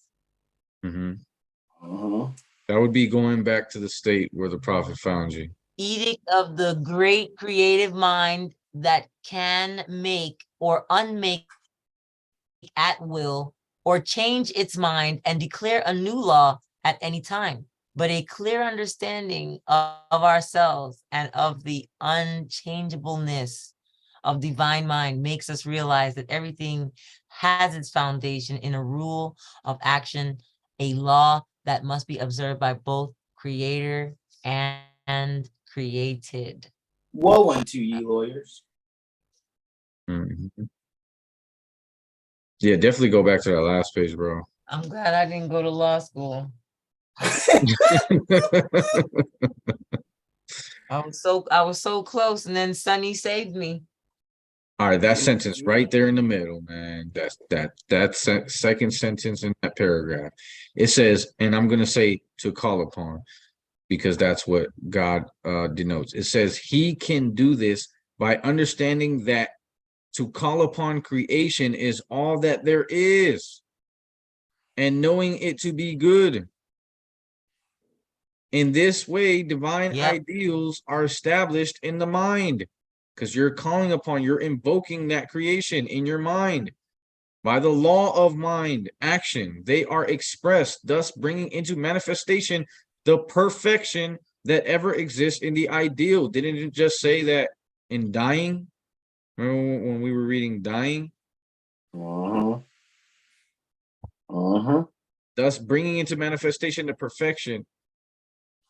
Man. Yeah. I mean, it's like you are already, it's like, it's the fault, like the fallen creation of man. The promise is in the seed. So you're already born perfect. You're just here to unfold into perfection. So your destiny is already pre-written in the seed. Man, I'm here to get the bag. You people are tripping. Yo, that lag made it even more hilarious because it took long for it to come. I'm here to get that bag. Yo, I'm here to get Hilarious. these Versace. Yeah, that is hilarious. Seriously. I think the part that I'm gonna play go ahead, I'll say what you devil's saying. advocate like my sister does. My sister's like, you just talking like that because you broke. Wow. Wow. See, it's funny because even when like people give their donations and things of that nature, and I still have to, make sure I'm taking care of the website, the phone, and then I'm thinking like, okay, what else can I do? Right? Let me, make it better so that I can, or let me get some more ink, or let me get some more paper, or let me, make it so that we can do our, our book and do our music and stuff like that. It's like, even when I see that finance, I just be like, okay, what can we do? You know what I mean? What is it? How can I utilize this for the people overall? You know what I'm saying? Because in my life, anytime I ever wanted something just for myself in that mindset, it never, either I can't enjoy it fully, or it just doesn't go right. However, when my mindset is, how can I utilize this for the greater good? It's like, it's endless creativities that, are kashically downloaded to my mind. You know what I'm saying? So even if someone does have some form of energy conversion where they can get other things, you know what I'm saying? However that energy conversion may be, I still think at the end of the day, it's there for, we're provided with it because I think the universe is conspiring in our favor to be able to use it in the mission to help uplift fallen humanity. Like, that's even why we're doing what we're doing right now in reading this. How many people have really read this particular document? The Metaphysical Bible Dictionary, as old as it is so very new to people. You know what I mean? And there are many beings that you'll sit here and be like when we share these things, you should look at people like your Reverend Ikes and then be like, I see what this guy must have been reading. And people just thought that he was a conch hairdo wearing, slick talking, super slick dressing guy. Who knows what it was? Maybe that's how he made. And please no, I'm not taking up for him in any way, shape, or form. However, if you can close your eyes and listen to the message, the universal principle just really is at the foundation. It's like, what if he was just one of those people? Like, you know how people will bring you a message and you get tested to hear that message. So that being is really having the message that you need. However, they got like one leg in a wheelchair and one eye, but yet are telling you how extraordinary their sight is and how far they've traveled. Like, motherfucker, you got one eye and one leg. What you talking about? You can see and you done traveled far and wide. However, they was brought to you in that condition just as a test to see if you were going to use your outer mind to ignore the inner assistance. Mm-hmm. And sometimes that happens. You know what I mean? And it's funny because I've seen plenty of times growing up, and I mean, I get it now. It's just when I was younger, I was just like, I guess I had compassion for people, but I ain't look at it as compassion. I'm just like, I'm real simple-minded, actually. It's like, well, shit, they're not doing anything wrong to me, so there's no need for me to make fun of their faculties or their situation. And I always ended up getting some really awesome lesson and finding out. Like, I remember one time I was out pushing my instrumental CDs right in front of 7-Eleven one day across from Mondawmin Mall. You know what I'm saying? That's on like where Liberty, right. Is that Liberty Road? Yeah. That is Liberty Heights, actually, right? And I'm pushing the CD. That's near the Baltimore Corporation. I'm pushing the CD or whatever, and I'm on one side of the doors pushing my instrumental CDs, right? And there's a guy that's homeless. You see what I'm saying? Who's across, you know what I mean, on the other door. You know what I mean? And so he's like, look, young blood, I hope you don't mind me sitting here, you know, asking for change while I know I see you doing your thing, man. I said, nah, man, they got McDonald's across from Burger King on on Ricestown and Cold Spring, so it don't bother me, man. Like, you do your thing, I'm gonna do my thing. End up having some real conversations with this cat. He was ex-military. He know multiple languages. He just made the decision to be homeless or something to that extent because what he saw in the world, according to his experience, it wasn't worth trying to keep up with something that he done been around the world. He done planned people's deaths and all that. And he was just like, man, this is where I find my peace. Imagine we would have never got to that conversation. I'd be like, man, don't you just bum ass from around here, man. Go somewhere with that fuck shit. Whole time I'm talking to a trained killer. But that's not my mindset. My mindset was off the break. Like, man, it don't matter what you doing. I can sell water to a well. You feel me? If there's a blizzard that needs to happen, I have the snowflakes. That's just how I think. You see what I'm saying? Especially when I was out there in the streets. You asking for change? I'm pushing instrumental CDs, man. We got 2 different products. Bottom line is the same. 2 different products. 2 different outcomes. When people, you know, reach in their pocket, they're gonna look at you and feel sorry. They're gonna look at me and be like, keep doing your thing, young man. And I am, and I did.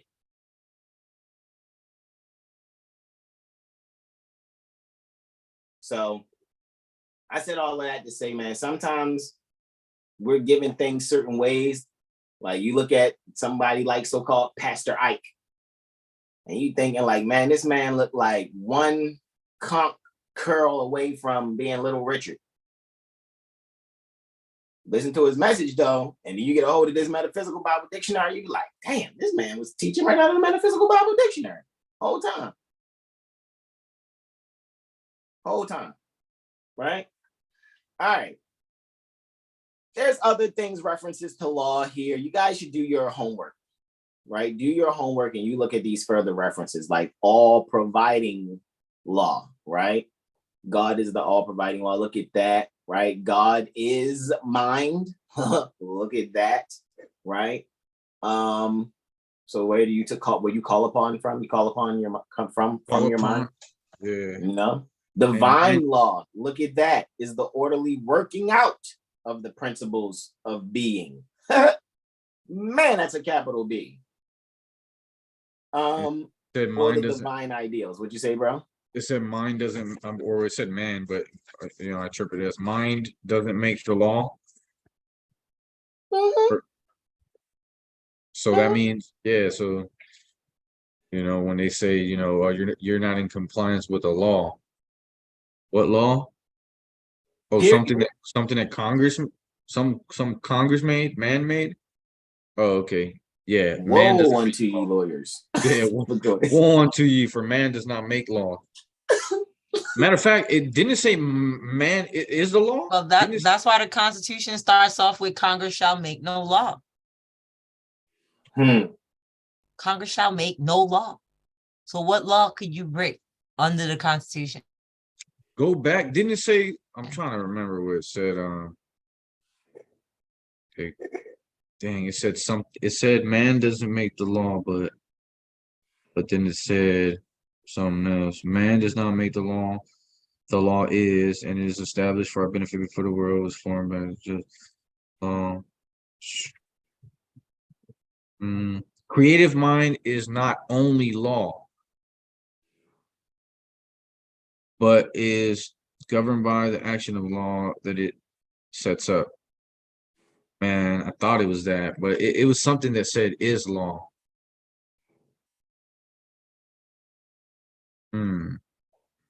B was the next page. I don't know. Let's see. We can comb it real quick. I thought something said is law. I don't know if you could do. If you do an F search, it's gonna take you to the whole book, huh? Not just a page. Yeah, I just thought it said law is, like the law is, and it was.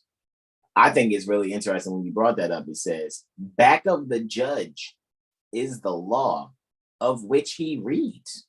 Out of which he reads, yeah. Like he just right. Oh. Contempt of court. whether natural or artificial, are but the evidence Of unseen. So if it's not natural law, it's all artificial because it's been built. But shit, now natural is not even natural anymore the way they're using natural. Natural Jesus. flavors. Person. I'm trying to see where it says law is. If there, I just saw it said, well, is law. I didn't see that. Thought I seen it, bro. I might have been mistaken then. I think it was the part where it said I thought it said creative mind is law, but it actually said creative mind is not only law. Something like that. Right. Creative mind is not only law. Yeah. Okay. But it's governed by the action pertaining to the law that it sets up. Wow. That takes it back to mentalism. First Hermetic principle, mentalism. The all is mind. Mm-hmm. This is just that alone, man. I'm telling you, woe unto ye lawyers. Because when the people more and more comprehend this, these beings are, the people will see that what's going on has never been, oh man, they just doing their job, man. They trying to keep the peace and police the crime. No, they're not. Wrong answer. They're building your tombs. Ooh, snap, bro. And they're charging you for it too. You're funding your own enslavement and body cessation. Yo, physical, your second death. First and second deaths. Go fund me. Defund the policy enforcers. Defund the policy. Police is straight up policy. I think that's funny when I was watching like those First Amendment auditors and they were like, are you feelings enforcement or law enforcement? And one time he was like, are you policy enforcement or law enforcement? And I was like, well, yeah, technically they are policy enforcers. You know what I mean? Mm-hmm. The internal investigation guy that we call, he was like, why do you guys keep all saying policy and commerce? Excuse me? It is policy. He's like, you're the 12th person to call. I wanted to bust out laughing in his face because we were killing him. We were killing him. Everybody called that day. They had the nerve to take a woman's car while she's on the live with 50 people. Wow. Yo, I had screenshots and I could probably go back and find them. I know it would be tedious work to find it, but I had 2 screenshots of the definition of police under etymonline.com from one moment into another. They changed it. In the text of the definition, it said literally policy in quotations or whatever. And they changed it to say something like similar to policy. And I'm like, bro, I know it used to say literally. Mm-hmm. Can I share something? Can I share my screen? Yeah, hold on 2 seconds. I got you. Go right ahead. All right. So the other day, I just went and looked up who created the sheriff. What law created sheriff? That's what I put in. That's funny. I was in an astrology class last night. Created with my ethics and legalities astrology. Who I took an astrology course with when I took my scholarship program, and he had a class last night for about 2.5 hours, and he was doing the astrology of the police. And this is just amazing how this energy is continuing right now. Like, this is unbelievably awesome. The Shire Reeve. Shire Reeve. Shire Reeve. The Shire is I actually put it up. I actually posted it I actually posted, right. And that, and the sheriff is the CEO of the county. Hmm. Shire Reeve. That's what came up right here. Oh, what is the origin of sheriff? That's what I typed in. The modern word sheriff means keeper or chief of the county. Is derived from the Anglo-Saxon words shire, shire reeve. The shire reeve in the days of King Alfred the Great of England in 871 was responsible for collecting taxes and enforcing the king's orders. The debt collector. He's a damn debt collector. Hmm. He's a And the deputies are many debt third collectors. party interloper on behalf of this sucker right here. Third party debt collector for this sucker here. Who's the king now that they're taking orders for? Of course, Any the freaking Republican form administrative of court, government would like to say the king is the people. any administrative court that will give them some military script. Right. But you see his job, that's interstate and foreign commerce. He's collecting taxes.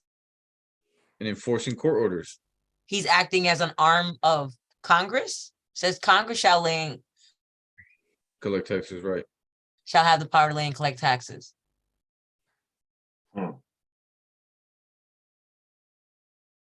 See, just type that in. Anybody can do it. I typed it into Google. What is the origin of sheriff? Indeed. Can't knock that at all. And it's funny. Simple stuff like that. People never do. Yeah, simple stuff like that. People never do. But they let somebody tell them what they should be saying or doing to the sheriff. You don't even know what the sheriff's doing, what's supposed to be doing, who he's supposed to be talking to. But we're gonna follow somebody telling us what to say to the sheriff, what to say to the court even.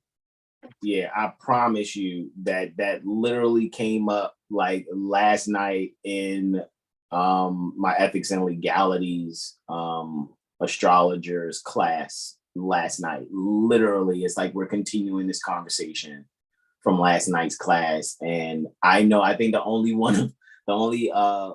I think in that class last night, it was me, Brother Terrell, and Brother Sean that wanted to see the presentation. You know what I mean? Because he was offering a free astrology presentation on the history of the police, and he literally brought up Shire Reeve.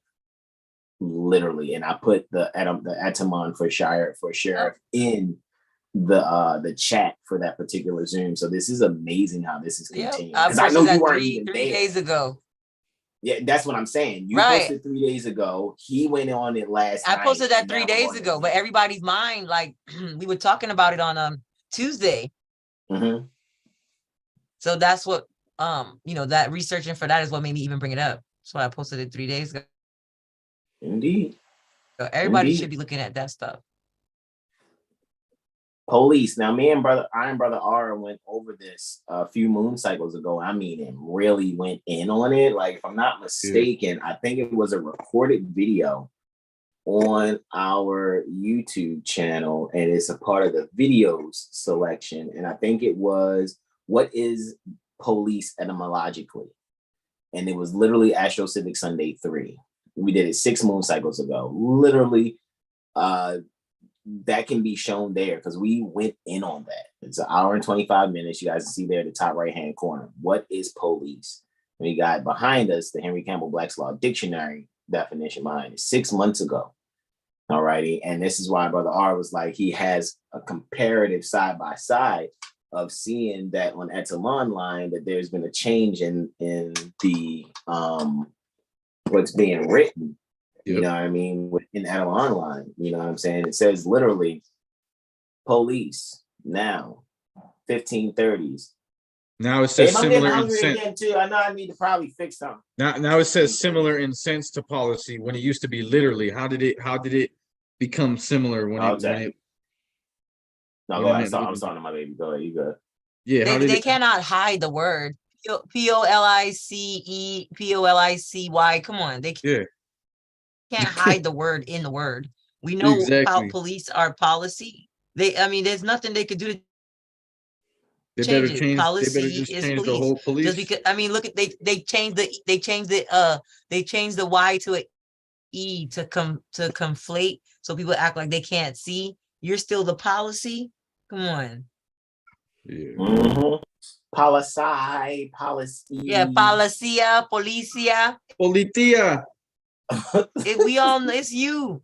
Policy. That's it. The only law you got are bylaws. Wasn't that Correct. saying like A-E-I-O-U and sometimes Y? Basically. Braveheart. Exactly. Correct. Brother Braveheart. Peaceful greetings to you, bro. I'm on my Facebook page right now, going because I'm Peace pretty and sure. love to the bros and Mother Malika. Pretty sure I posted it on here. It's Yes, not. Sean. So, well, if you want to see that policy is only supposed to be enforcing policy, aka the licenses that are given by the municipal corporation to people operating in the federal trade zone. Just go to the definition section of the municipal code, the local city municipal code. Just put in whatever the city name is and municipal code. You're gonna have it come up. Go to the definition section. You're gonna see all they keep talking about are licensees, licenses, employers, employees, employment. They're trying to tell you a message of what you have to be doing in order for them to be concerned with what you're doing. You better be acting as an employer or for an employee, for an employer at the time under a license when they start going blah, blah, blah, blah, blah, blah, and you want to go wah, wah, wah, wah, wah back. Like on Peanuts. Basically, Charlie Brown type shit, right? Codes, right? Codes, municipal codes, right? This is for Baltimore, right? Legislative reference, city charter and codes, charter of Baltimore City, code of public local laws, Baltimore City code, right? Revised articles for building, fire and related codes, general provisions article, right? Health code, Baltimore City codes, unrevised. The definitions might be under general provision. Let's see. Sometimes they're under general provision, but sometimes they're just by themselves. So yeah, I mean, oh shit, definitions, rules, and the reason to pull up your city code is because it's always going to be the city policy officers. Wow. So when it was the Spokane city policy officers that tried to give our son a ticket for obstruction of justice and following too closely, all I did was go look up the code that they try to give him the ticket under, and you go to the definition section and they reveal everything. They reveal the policy that they're operating under. They tell you it has to be a license, a licensee, because you can just look at their definition. They have license, they have licensee, they have employer, employee, employment.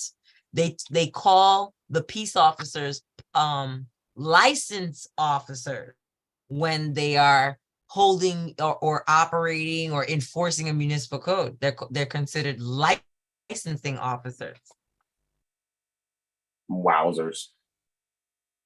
Well, looks like an adult is a sole proprietor who is 18 years or older. City away from Baltimore is what city is, because of is off from, away from, pertaining to. And the city is a thought center in the body. I know, right? When you look it up, metaphysical, right? When we looked up city, exactly. So what people are doing is utilizing the buildings as where they're centralizing the thought. Why do you think there's something internationally existing called CIA, Central Intelligence? That's why it said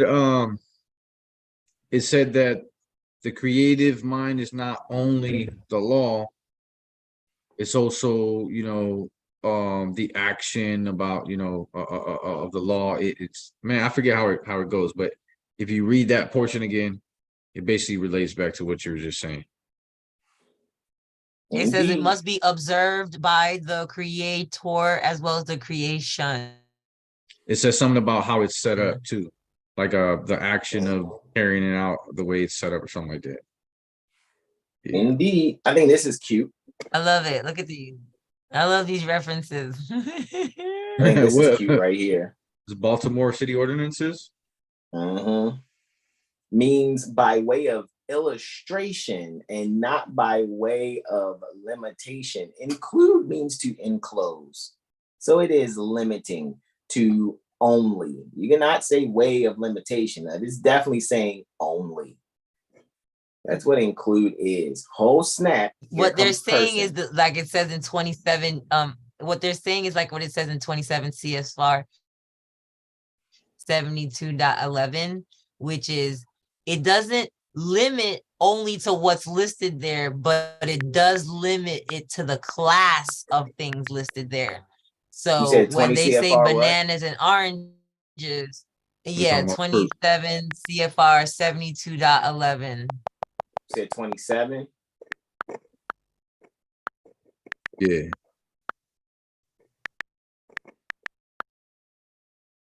Yeah, there you go, 72.11. Everybody gets focused on the wrong sentence. Every section of the code that's popular, I notice everybody focuses on the wrong section. So everybody comes here to focus on the fact that it says all crimes are commercial. But what you need to focus on is that last sentence that says terms include and including right there, last sentence, first paragraph. The terms includes and including do not exclude things not enumerated, which are in the same general class. So when they say apples, oranges, and pineapple, it includes other fruit that they didn't list, but it don't include your car. Because that's not in the same class. Correct. Correct. A lot of people don't recognize. That's what some people be doing. A lot of people don't recognize that they can end a lot of this bullshit if they knew the basic definitions, legislative intent, the scope of the, the legislative intent, right, and the general scope and things of that nature. Because what else is everything else being done on? It's not being done on anything else but the definition. However, what we realize and what we find is that when you're telling someone that you're a non-statutory, they go, well, you're a person. Non-statutorily speaking, because I'm not one, an individual. I'm not two, a receiver, trustee, guardian, personal representative, fiduciary, or representative of any kind. Yeah, the kind of person I am is not defined in anyone's statutes. Correct. Yeah, right? I'll be a person.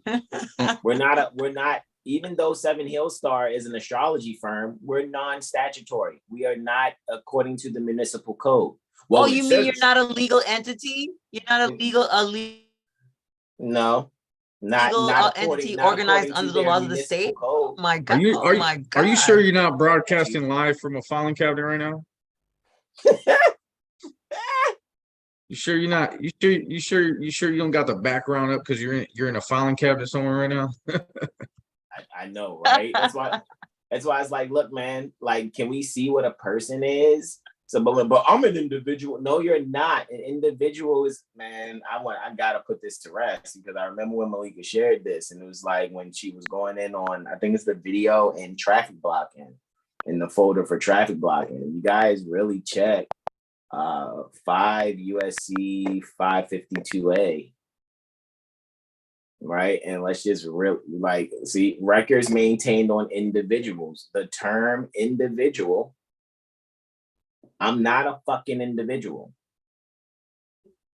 I'm not a United States business, right? So how do I? Okay, I'm not that, right? And the reason why I'm saying I'm not a United States business, again, what was shared with us, right? 15 USC 4724, right? Go. Why am I not a fucking United? Because I'm not here doing fucking trade show shit, right? Because what is it mean under the definitions? What's a United States citizen? Like, can you guys really see that? Look, definitions. A United States business means a United States citizen. So how can I be a fucking individual? People think individual like we're speaking mathematically, like a singular sentient being. No, dumbass. Their definition of individual is a sole proprietor running a business. A Period. singular sole proprietor running a business. So like, what are we doing here, right? So even if I clicked on they consider each and every independent officer of the Congress and the House to be independent business owners running an office. That's what the individual is. I know I'm not performing functions of public office, so I'm not going to sit here and say I'm an individual, which means I'm a United States citizen, which means I'm a United States business performing at a trade show inside of foreign trade zones and shit, performing functions of public office. Under the Secretary of Commerce, no less, which is what is defined in Section A of that 15 USC 4724, it tells you it's the Secretary of Commerce. And that's why going back to that section of 27 CFR 72.11 that most people want to focus on, saying all crimes are commercial, I say it in reverse. All commerce is crime. That's what they're trying to tell you. The commerce is crime that people who engage in business are operating. They're telling you it's a criminal organization, which is why any little thing you do, they try to give you a fine. And then you got people around here telling you you should DBA your name so you can operate in business for real. They keep trying to make people act as United States citizens of the United States. And then tell you, oh no, you're acting private. Yeah, you are not. Correct. But people don't tell get you it to because express the trust, but they have you acting like the trustee. What? Because people are ignoring, and that's why I said this in class on Thursday. I was like, when we are like on RV Bay publications, like I know in my first year studying, taking nationality and birthright seriously, just from this particular angle, allodial is the opposite of feudal. All righty. So people are doing feudal trust practices. In allodial trust practices, it is what these beings did, what the Vatican and the Crown and, you know what I mean, and Washington, D.C. are in cahoots or were in cahoots also in doing a double stock trust, a double stock joint trust, right? Or double stock joint trust, and doing that type of energy, so to speak, expression. That's the energy at its foundation that is allodial. However, in the capacity and status, right, Brother R, that they're in, right, they do not have allodial capacity. In order to be one who is allodial, like, for example, you, Malika, get a land conveyance, right, for the family, get 2 of them, and you give Sonny a land conveyance, right? However, you and Sonny can both use that land conveyance at will, right? And can allow anyone else in the family to utilize that also. What you guys are expressing is allodial character, because not only do you have what they call legal title, which is to oversee the trust property, you also have beneficial title, which means you're the beneficiary of that. That's where people are mispresenting and extracting the idea of they're the trustee too, as well as the beneficiary. No, that's not the language. The language is allodial. And within allodial is that which can be explained as, if you were to compare, as having both legal title and beneficial title. But you don't need to make a comparison and breaking that down, because allodial is what it is. You don't have to say a tiger is sort of kind of like a house cat and sort of kind of like a lion. No, a tiger's a fucking tiger. It is kind of like a lion though. It's very ferocious. However, not to Jasmine. It's kind of, I mean, you know, it's a cat. It's a cat. It got big teeth. However, you can't go out here and be like, see, what I'm doing is, instead of me calling myself a tiger, I'm doing a liger trust. So, okay. You can do a liger trust if you want. At the end of the day, what you're doing is extracting principles that's no different than documentary alchemy in the negative. You're trying to do what is called making a spagyric. You're trying to take the 3 results from doing successful alchemy. However, you're making a spagyric that actually is futile because it leads you right back to a mindset and a status that you're claiming you're not doing. See how you got to live in the private, on the private side, you got to act like a public agent. Like, are you fucking kidding me? You got to be in uniform. That's what's being said. But if I keep what you say, saying that you're acting in private over and over and over again, you're gonna start to believe it. So does a pair of ruby slippers come with that? And you won't ever ask yourself, if I'm private, why am I using a public agency number? Why am I using a number assigned by a public service corporation? Who could answer that? We need to ask those gurus that want you to talk to them for $250, $300 for an hour, and then $5,000 for their paper package that they have no classes on showing how to execute. Wait, y'all don't want to go in? Y'all don't want to go like half on a baby or something? Anybody want to go in? See how they're gonna answer these questions? I mean, hey, if we could get these people on here and they could, because you know what's really going to happen? They're going to try to argue. Man, they gonna why would they come on here with us broke folk? They too busy. Oh no. To get in the bag, man. What's up? No, it's not going to be an argument. I enjoy what I like to call verbal. But they don't have to answer they're not gonna answer our questions. You know what I'm saying? They're not gonna answer our questions. No. See, I like to ask accountability questions. What I would ask your secured party creditor. You like embarrassing people. That's what you like doing. No, it's not embarrassing as much as it is like, okay, I will agree with that under the conditions of you can tell me how and why. As soon as you get into the how and why and explaining it, one of 2 things is going to come up. Either you're going to tell the truth and agree with why I asked how or why, or you're going to show that you're a dumbass. I'm not doing the embarrassing. I just asked a question. That's it. I just asked a question. What's the harm in me asking the question? That's it. Because I've learned. I gotta admit. When somebody tells you. When someone tells you Article 1, Section 8, Clause 17 is the reason they could tell you to wear a mask. Yikes. They explain how. They don't explain how. The how is a short answer.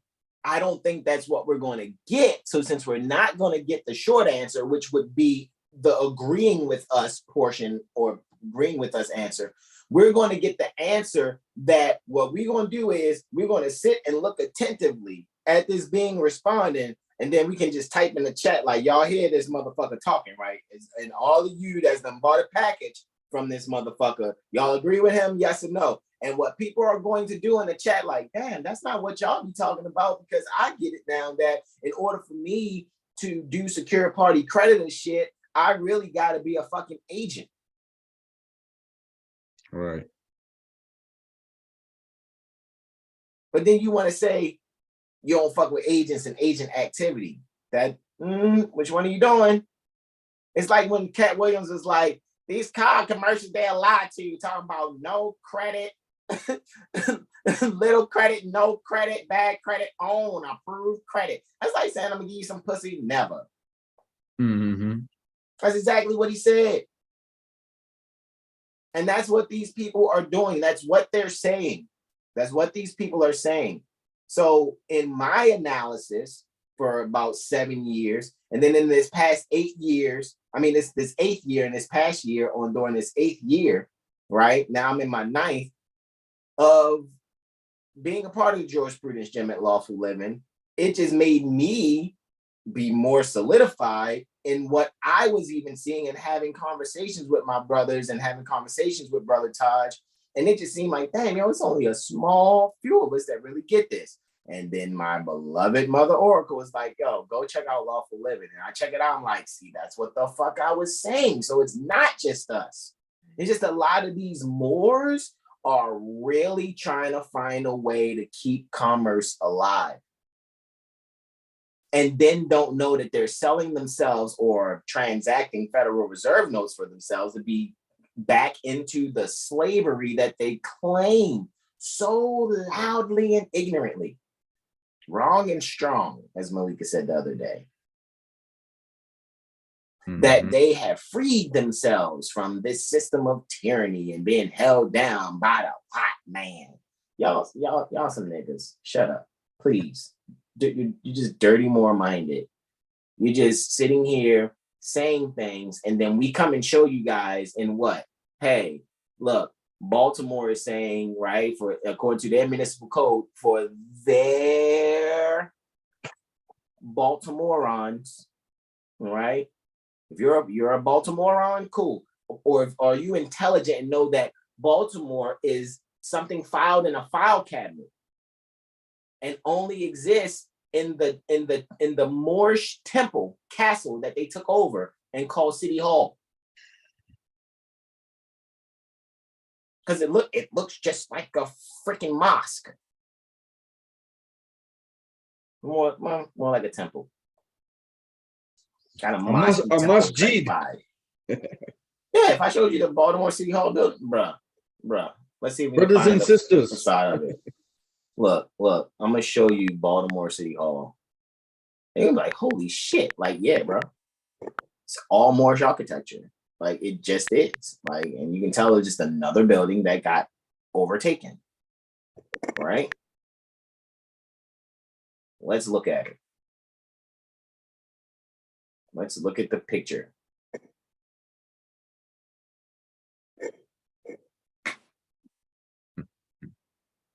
That's a Moorish palace, bro. Look at the parapet. Columns, the dome, the arches, all of that. Everything, even the dang Star Spangled Banner is Moorish at the end of the day. Technically. Yeah, because stars, stars. It's an amity and commerce banner. Yeah, and it has stars on it, which we already know is dealing with the oldest signs on the planet. You know what I mean? And then when people, even that so-called rebel flag, Confederate flag, you guys, this is what I've learned when doing vexillology. Vexillology is the study of flags. Let's be clear that what is called the Confederate flag is really the Galactic Cross. And when you go and study what the Galactic Cross is, you'll be like, hold on, man, this is all evidence of astrological observation. And then you're going to be like, astrological/astronomical observations. There are many crosses. You got what is known as, one cross is where you have the equinox points. So coming up on a vernal equinox on the 20th at 17:24 Eastern, which is 5:24 Eastern, right? 5:24 post meridian Eastern, right? That would be 2:24 Pacific. All right. That's going to be vernal equinox. What's crossing there? Okay. So we're projecting the equator and the sun's path at that nodal point where that crossing is happening. That's one cross. You know what another cross is? Is where you have what is called the prime vertical. What's the prime vertical? Well, no, the vertex. What's the vertex? It is where the sun's path and the prime vertical actually intersect. There go another cross. That's where there's another cross at. I mean, there's so many nodal points. You got the lunar node. That's a crossing point where the sun's path and the moon path is projected to intersect. All mathematics. But Hasan, you're an astrologer. I know how to use the projections.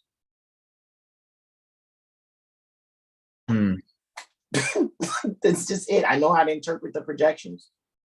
I know how to be astromasonically sound in my mind without mystifying you,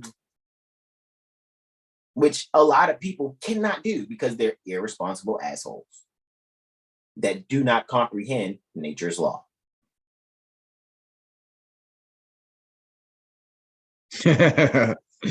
Yeah. I just remember that video I seen. I think it was one of them dirty Moors, but they had a picture of Caesar Borgia, Malcolm X, and so-called Malcolm X, Malik, and Marcus Garvey, and they say, which one of these men is more important to you, or something like that, and all of them were saying Jesus, Jesus, Jesus, the one in the middle, Jesus. Not even know that's Cesare Borgia. Some will say Caesar Borgia. Some will say Cesare Borgia. Yeah, it was a funny one. Yep. Which now, like, imagine somebody paints Lil Boosie, and then like 2,000 years from now, right, or 1,500 years from now, Little Boosie is being called the Messiah. Mm-hmm.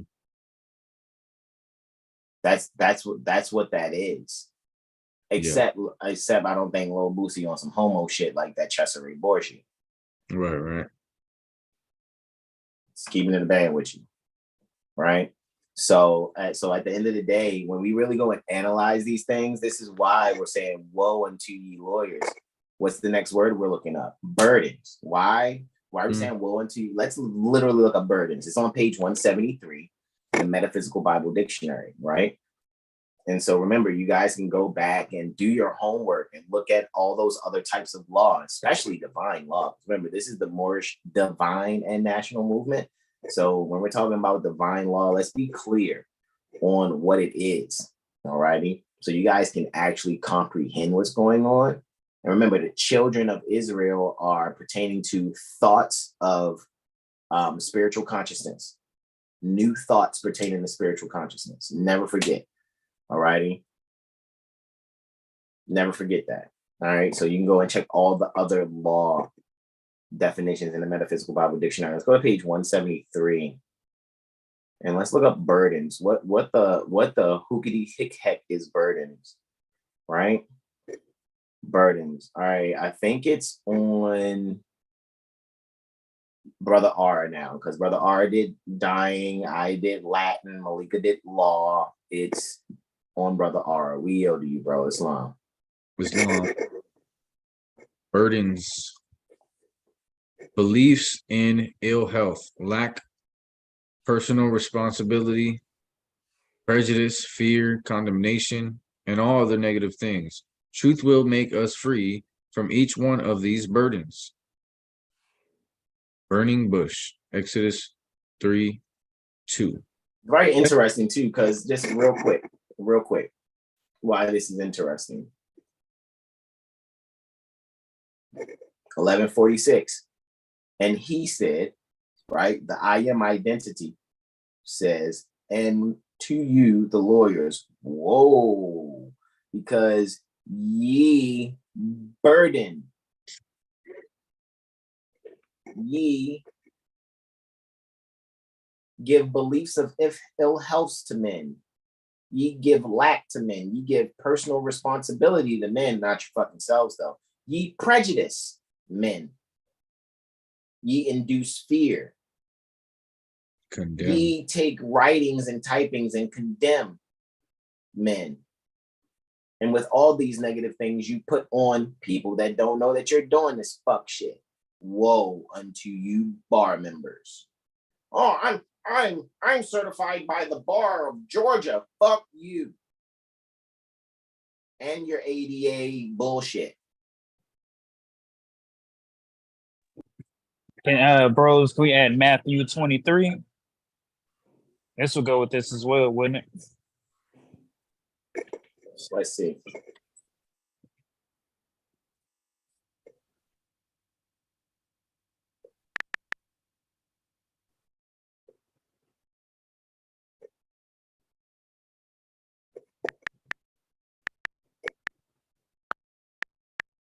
Which portion specifically?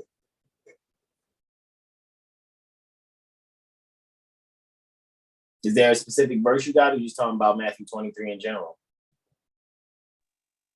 Let's see. The one Bible Gateway. Number 4. What would you, teachers of the law and Pharisees? Should be in there. Oh, number 4 Yeah, what says, verse you said it Should be is? like 20, like 23, 2, possibly. So Matthew 23:23. Yep. That's Super, fine. going Super Saiyan again.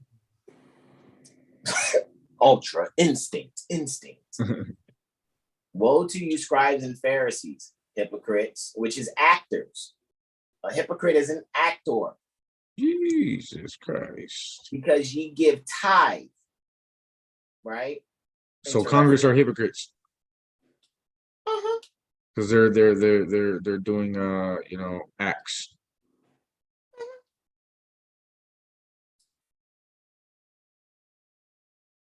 And then you got to think like people are rewriting their General Assembly acts that they're calling public acts in their General Assemblies according to non-enacted Uniform Law Commission bullshit, while saying that they're enacting a statute that we can clearly see they found some type of way to burden Their form of beings. their form of again?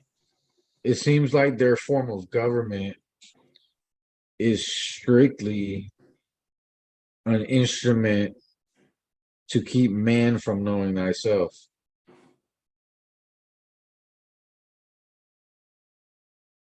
It's wrong. So Brother Sean is pretty correct. I read this very quickly.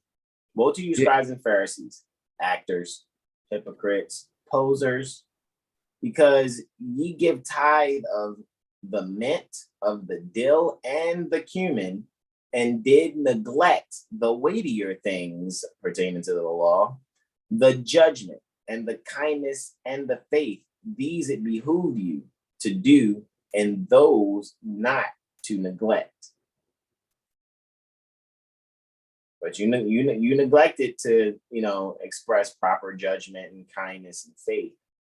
You was just like, instead of me giving that and being a good being who's using my thoughts appropriately, so to speak, this is when you take up and further make in your mind that you're an Egyptian, which is one who is in bondage to sense consciousness, mental bondage to sense consciousness. So you're going to bring things. Mint is strong tasting, strong smelling. So is dill and cumin. Indeed. So it's interesting how they say three things that are strong to the senses. Yes. Praise the Lord. Jesus. Oh, Jesus. That's, you know what I mean? Like, come on, man. However, can you scroll up to 3? I wanted to see something because it said something about burdens. Or 4, pardon me, 4. 4, wait, but I guess I will read 3 to see what it's saying in total. All then, as much as they may say to you to observe and do, but according to their works do not, for they say and do not, for they bind together burdens heavy and grievous to be borne, and lay upon the shoulders of men. But yeah. I mean, that's dang. I thought that's not. Yeah, Luke. That's in harmony. That's exactly what it says, pretty much. but with their finger, they will not move them. That's the first one I seen when said, doesn't that go with Matthew 23? It does. Islam. And it's fine. And it's funny because Matthew in some dispensations is described as the tax collector disciple. The sheriff, huh? Say it again. The sheriff, huh? Basically, right? And Luke is the physician. Luke is the physician, right? I'm gonna say to Moses. Y'all hilarious. All right, we yield to you, bro. You gotta change it back, bro, because you got clouds. Say it again. You gotta change back because you got a glass eye and you got clouds coming up. Wow. Yeah, man. I'm going into Ultra Instinct again. I guess I can take this moment too to kind of read the chat because there's been some commenting in the chat there. So Yeah, you live in master really right now in that view. Yeah, you stop, live in master. bro. You live in master too. You are hilarious. All right, let's go back and see what's been said since Michael said Ultra Instinct, white hair. They say physical birth is a spiritual death, and spiritual birth is a physical death. That's a DMT trick. You're saying, right? Mother Sahar says, doesn't sound like it's dead to me. Michael says, from his studies, Paleo-Hebrew are Phoenicians. Okay. And referred from the Greeks makes sense. He says, thank you all for establishing language program, the conscious, superconscious, and subconscious. Cool. Yeah, I'm just kind of, I kind of don't really stick to that paleo thing. I really think that's some pale skin reconstruction right there. I'm not knocking our pale skin sons and daughters.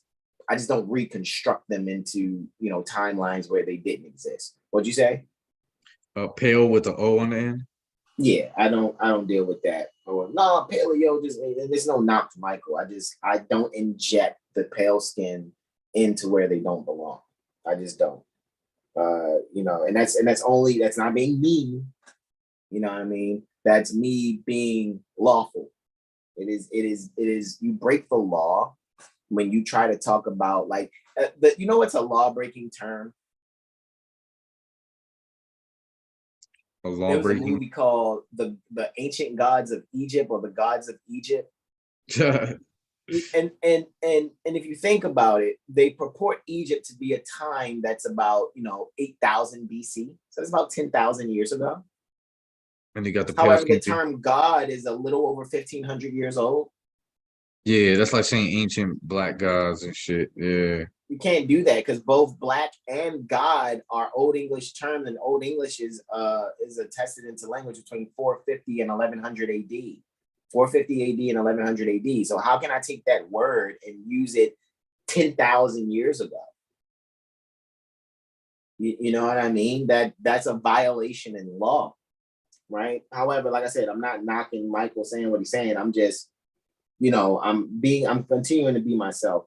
C. Thomas says Islam. He also says divine ideals are established in man, right? He's quoting that. And by the law of quote unquote man or man's action or actions, they are expressed. Makes sense that way to me as well. Indeed, C.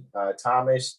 Jadon L says Islam. Maurice Hall says life, vitality, and health to all. Michael says is law equals Islam equals self-determination. Is self-law am mater, right? Or it could be master, but mother could also say I self-law am mater, I guess, because that would be mother. Someone flipped the W. Sounds like Kadesh, set apart, equity, purified, unity, consciousness. Okay, I get what you're saying there, Michael. King is the boogeyman, aka the imaginary hearsay Casper state. Gotcha. Jadon says policy enforcer. Michael says, is the office of sheriff a trust? I'm going to say no. Because we've actually, how would the sheriff's office be the trust? Who's the beneficiary to the sheriff's office?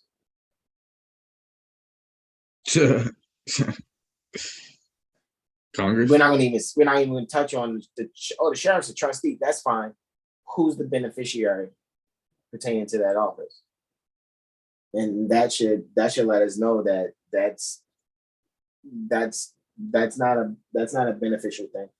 And does it need a corporate body, a creation from the legislature, ultra virus? We already kind of touched on that when we know that, you know, when it comes to the quote unquote Shire Reeve, even it being brought up, this is someone who is basically the strong arm for someone else. It reminds me of Uhtred. You know what I mean? Uhtred Ragnarsson, right? I forgot what show that was called, but look up Uhtred, and you'll see what show that is on Netflix. And Uhtred was like, even he was the right-hand man and enforcer to a lot of different kings.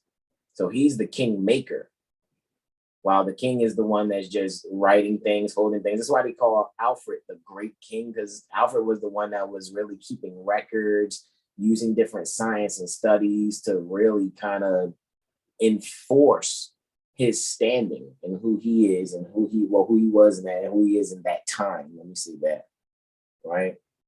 All the times why, it says Donnell, you have to be in their realm of state, their thing of state, because realm is the thing, or maybe you're saying realm, not applicable. Yeah, it's not applicable if you're not there.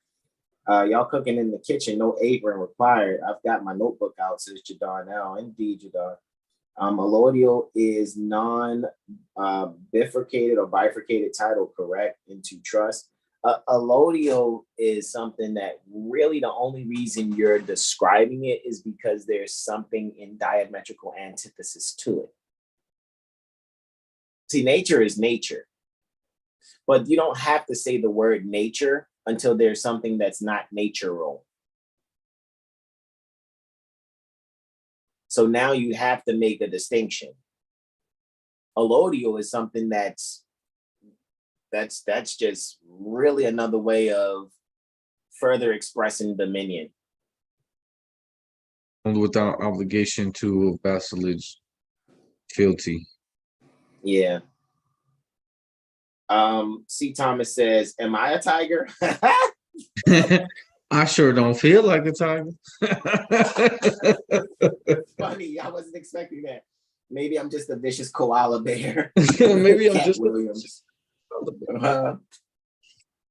Yeah, he's quoting Cat Williams, right? Michael says they are trying to express eminent domain off of the presumption of sole proprietorship. No, I mean, are you getting compensated? Because if I'm not mistaken, eminent domain means, you know, they're giving you some financing or something in exchange up front for them wanting to commandeer something from you. FBI, I'm holding up this piece of metal saying I'm FBI. Sorry, ma'am, I need to pull you out of the seat and commandeer your vehicle. You need to be like, hold up, motherfucker, write me a check or something. How much you got in your pocket? Nah, then go commandeer the next motherfucker that don't know they need to be compensated before giving up their land conveyance to you. I don't give a fuck who you chasing. Fuck out of here. Flat out, right? Javon says, right. C. Thomas says counterintelligence. That's what works for them. Change is uncomfortable. Nah, I still say fuck them. Donnell said, that's right, with 13 stars. I guess referring back to the Star Spangled Banner. Yeah. Oh yeah. Michael says people don't know Yeshua. Defamatory name of Jesus was a Hebrew Israelite. Moor, Boaz, and Ruth. Melanated, laugh out loud. It's in the Bible. Laugh out loud. The state is the beneficiary. What is that? What you mean? Well, as far as the whole Jesus thing and being that, again, that's dealing with consciousness. Like refer to, when it comes to your Bibles, what we're saying is go to the Metaphysical Bible Dictionary so you can take yourself out of dogma arguments, dogma conversations. Because once you come to the Metaphysical Bible Dictionary, you can't sit there and talk about Jesus born in the manger like it was, you know, him, his mama, and his daddy just around all these animals and not getting bit or some shit because he's the king of kings. Stop that shit. Stop it. That's not what's physically actually happening. What that is pertaining to is something that's happening within you, within your consciousness, tied to your endocrine system. Yeah, and Jesus is the I am identity and justice. The state is the beneficiary, no? So you telling me that the state is the beneficiary of some municipal agent being the trustee. So now the state is the beneficiary pertaining to the shire reeve, the county officer. I don't think so. No, I can't. The reason why I can't say that is because let's say someone uses the county, and Malika, correct me if I'm wrong on here. They use the county reeve, the shire reeve. They use the sheriff to take away from people. Hey, we're going to make you homeless.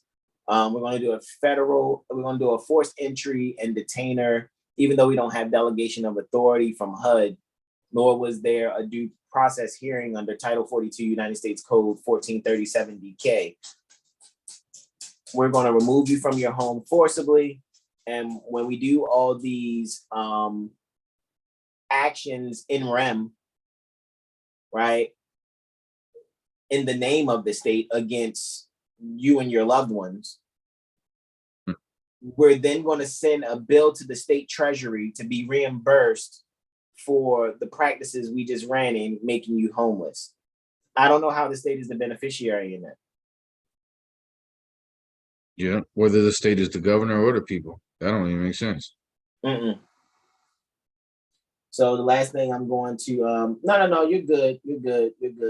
However, I know you're asking, but the reason why I have to respond the way I'm responding is because I'm not just thinking about, well, let me now respond to Michael in a way where I can piss Michael off and it seems like I'm embarrassing him in front of the, 13 of us that are here, or 13 beings that are there plus us 4 here.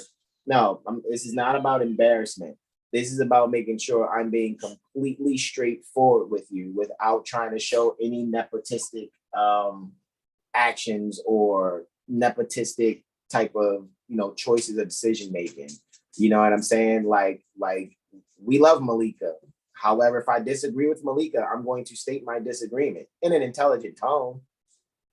If Malika disagrees with me, she's going to state what she states, and it's in an intelligent tone. And then we learn to just, okay, well, we just disagree on that perspective, and we move on and continue uplifting people from the angles or roads that we have come from, because we know our goal is the same. It's just that I'm saying potato, she's saying potato. I think we're still talking about making French fries here.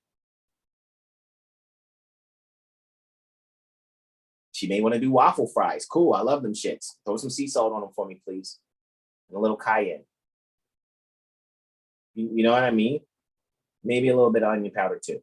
So the county is a municipal corporation, just like the city.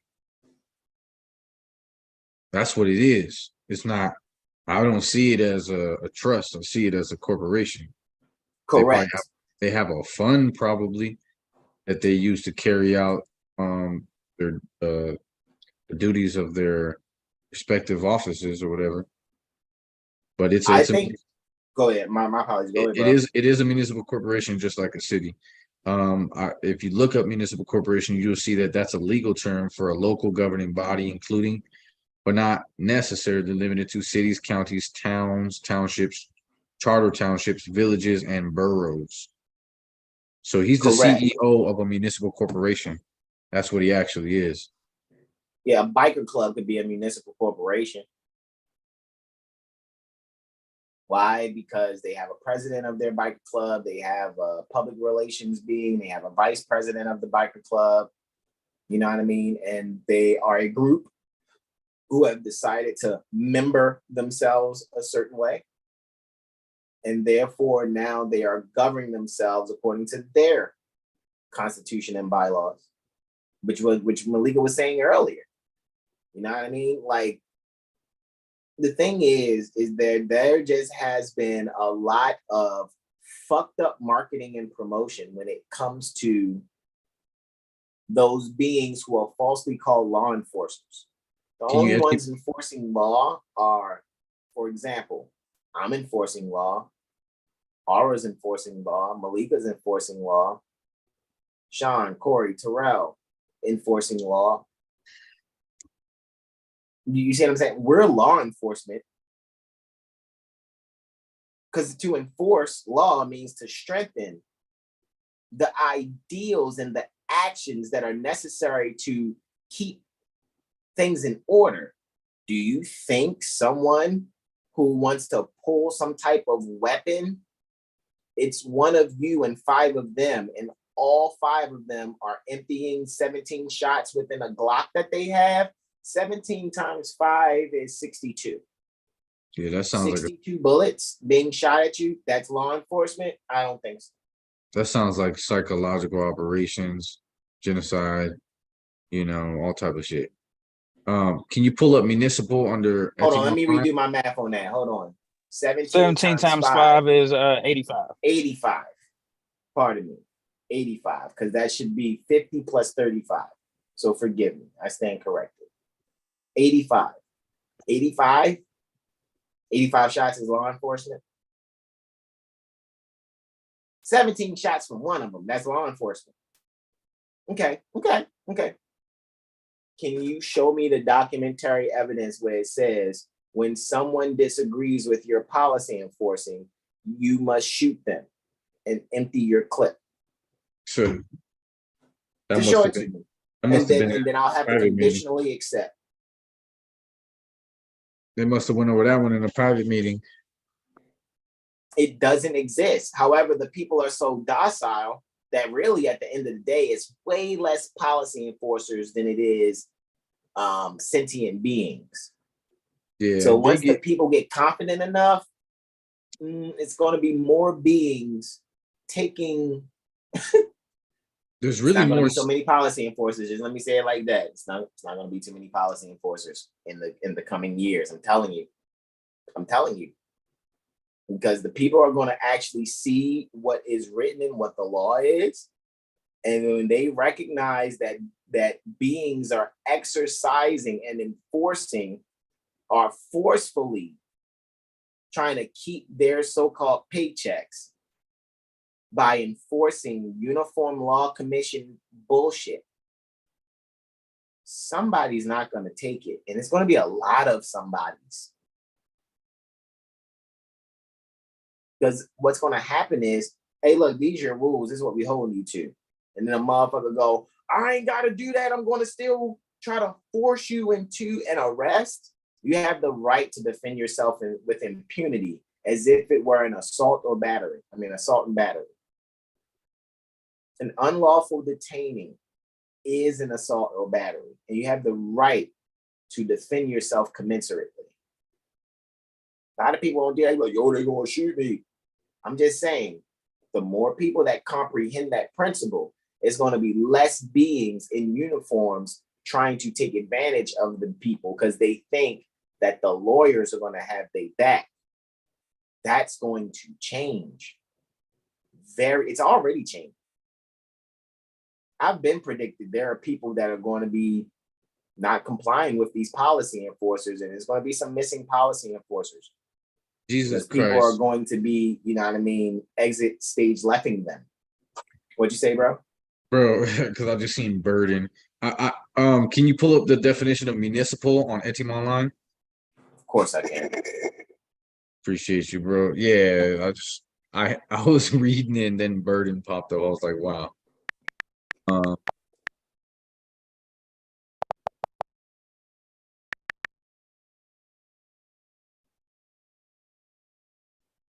All right, that's the one I was reading too. Municipal adjective, quote, of or pertaining to local self-government or corporation of a city or town, end quote, 1540s. From French municipal, from Latin municipales, pertaining to a citizen of a free town, also of a petty town, provincial, from municipium, community, municipality, free town, city whose citizens have the privilege of Roman citizens, but are governed by their own laws. From municips, native citizen inhabitant of a free town.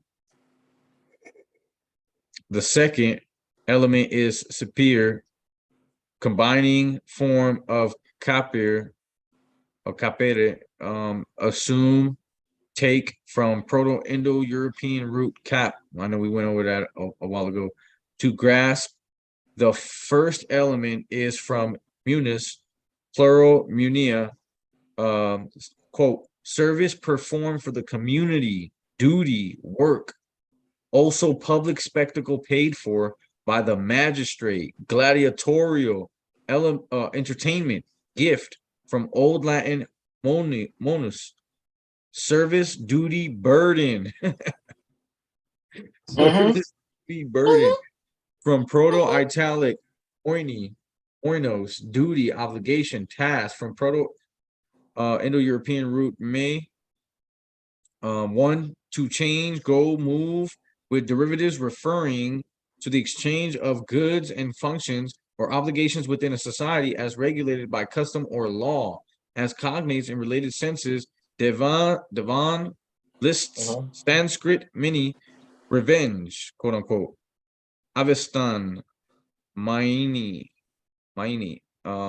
quote, punishment, castigation, end quote. Old Persian, yau, mani, power of revenge. Middle Welsh, tramwi, tramwi, tremnu, dang, I said that wrong. Yeah, Tremnu, treminu. to cross, pass. Old Irish, muin, value, treasure. Welsh, muin, value. Luthanian, minus, exchange. Old Church Slavonic, mina, exchange, substitution. Gothic, gamanis, Old High German, gemeins, common. A municips is one who takes an obligation. Communis, who partakes in the duties. Interesting. So municipal is maika. And you know, sometimes it's going to be spoken backwards. So it's to grasp, to change, to grasp, to go, to grasp, to move. Like someone grabbing you at your collar or grabbing you at your wrist in order to move you according to their thought center, self-governing corporate policies. What'd you say? Yeah, their thought center. Correct. Whose citizens have privileges. That means you're a member. Citizen is a member. That shit don't say rights either. It does not say rights. It says privileges, which means without being a member, you don't have the right to do that shit. Right, because again, and even like their privileges are said to be illegal without their permission. Correct. So if you are a U.S. citizen, you only have privileges. You don't have rights. You can never have rights. Because only thing that has rights is sentient beings. And I know in the Constitution, people saying, well, Bill of Rights 4 in the Constitution says the right of the people Yeah, it doesn't to be say secure. Okay. So the right pertaining to the people or the rights away from the people. Because rights already exist. pre-exist. Exactly. They pre-exist. And anyone taking on privilege is being unnatural.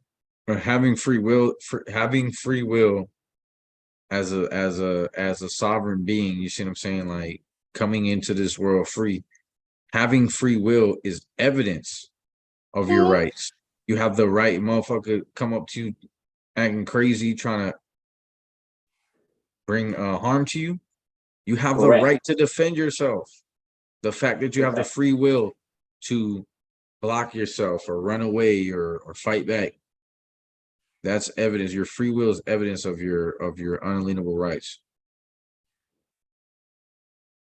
It's the only way. The only way you can exercise your right by your will. You gotta have the will to want to do it. Otherwise, you're just waving. You're just waving it. And you also gotta build it like a muscle too, because man, what I'm realizing is like that they don't call it exercising rights for nothing. Like it's a workout. You gotta you do gotta exercise, because you might get a favorable reply, 3 times, and then you might get an unfavorable reply a couple of times. They might keep giving you unfavorable reply, but you keep exercising, and essentially you're gonna see that all that exercise is gonna pay off. Correct. So obviously, and let's just point out that this word was completely brought up here. Burden. So to grasp in order to burden. So municipalities are there to substitute your natural thinking. You gladiatorial. Because it's people that are warring against you. They're being. There's no other way of putting it. They're warring against you. Entertainment is also Can we? Dang, man, that makes me want to look at entertainment real quick. We don't have to. I'll do it on my phone if you want. But are you not entertained? I just want to see something real quick because I remember it partially what it was. We might have to part 3 this, man. I gotta make sure the puppy go out and relieves himself and go yardy, and then I'm ready to go back there with my baby. It's long. Look at entertain first. It's a verb. It does say something about the mind. It says it's a verb. Entertain is a verb from late 15th century. Quote, to keep up, maintain, to keep someone in a certain frame of mind. To keep someone thinking they're a United States citizen, think they're a resident of a municipality. Remember, resident is someone who dwells, that has been misled, struck in the head, who's in a stupor.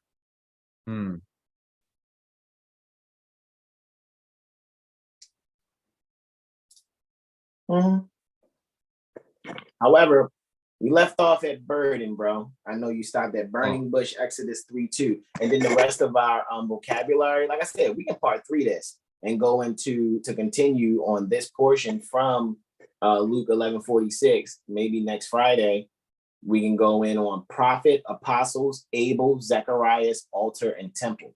You know what I mean? Like I don't mind stretching this thing out, bro. Like we can make it. We already know how we're making it a series, so that we can be able to do our thing. Like seriously, bro. You know what I mean? Indeed, bro. So I'm going to bring it back to Bird in 2 seconds. I keep going in the Ultra Instinct. And shout out to Malika. We know she had to go because she said the husband's home. So shout out to them. Shout out to her and her loved ones. That is just amazing. Because most of us, like I said, we love our family, right?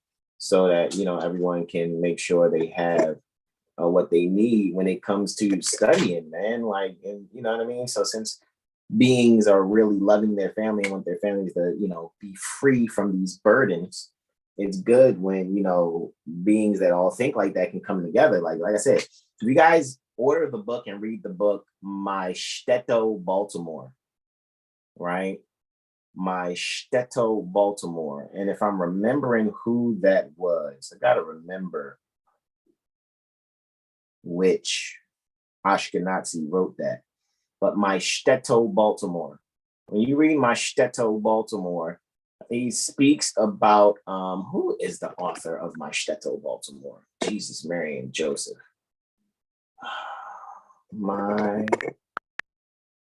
Is it Shtetl Baltimore? I think I might have spelled that right.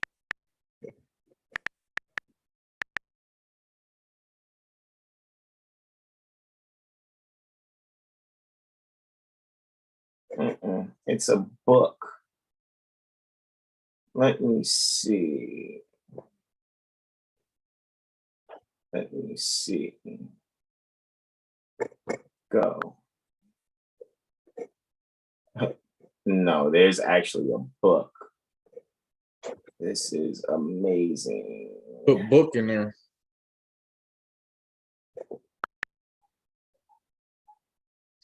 There it is. Oh, shtetl. Okay, so I did spell that incorrectly. Shtetl. So hold on. Hold up. My That's shit. how it's spelled. Shettel, right? Ian Schlossberg. That's what it is. I mean, Eli W. Schlossberg. I was like, man, hold on. Why can't I remember it?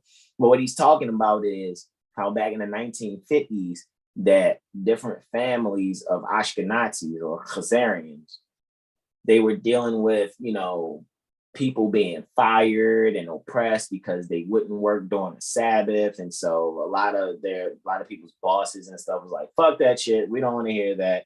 You got to come to work or whatever. But when you see here, what happened was there was these quote unquote Orthodox Jewish families, as they call them. However, I tell the truth. So these Ashkenazis or Khazarians, they banded together for the benefit of their own, you know, beings, so to speak.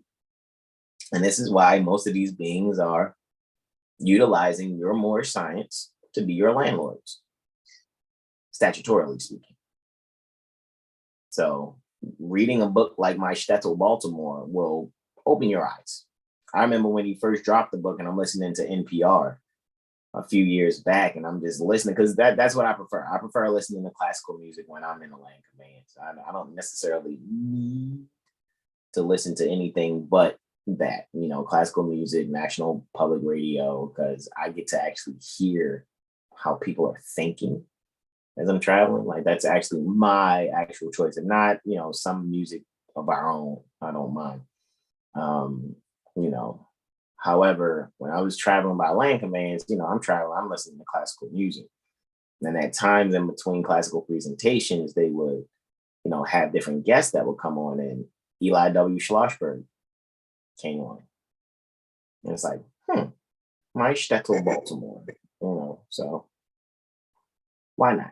Check it out. You know what I mean? See what it's about, right? I guarantee you guys will be like, whoa. Like, yeah, like you guys will see.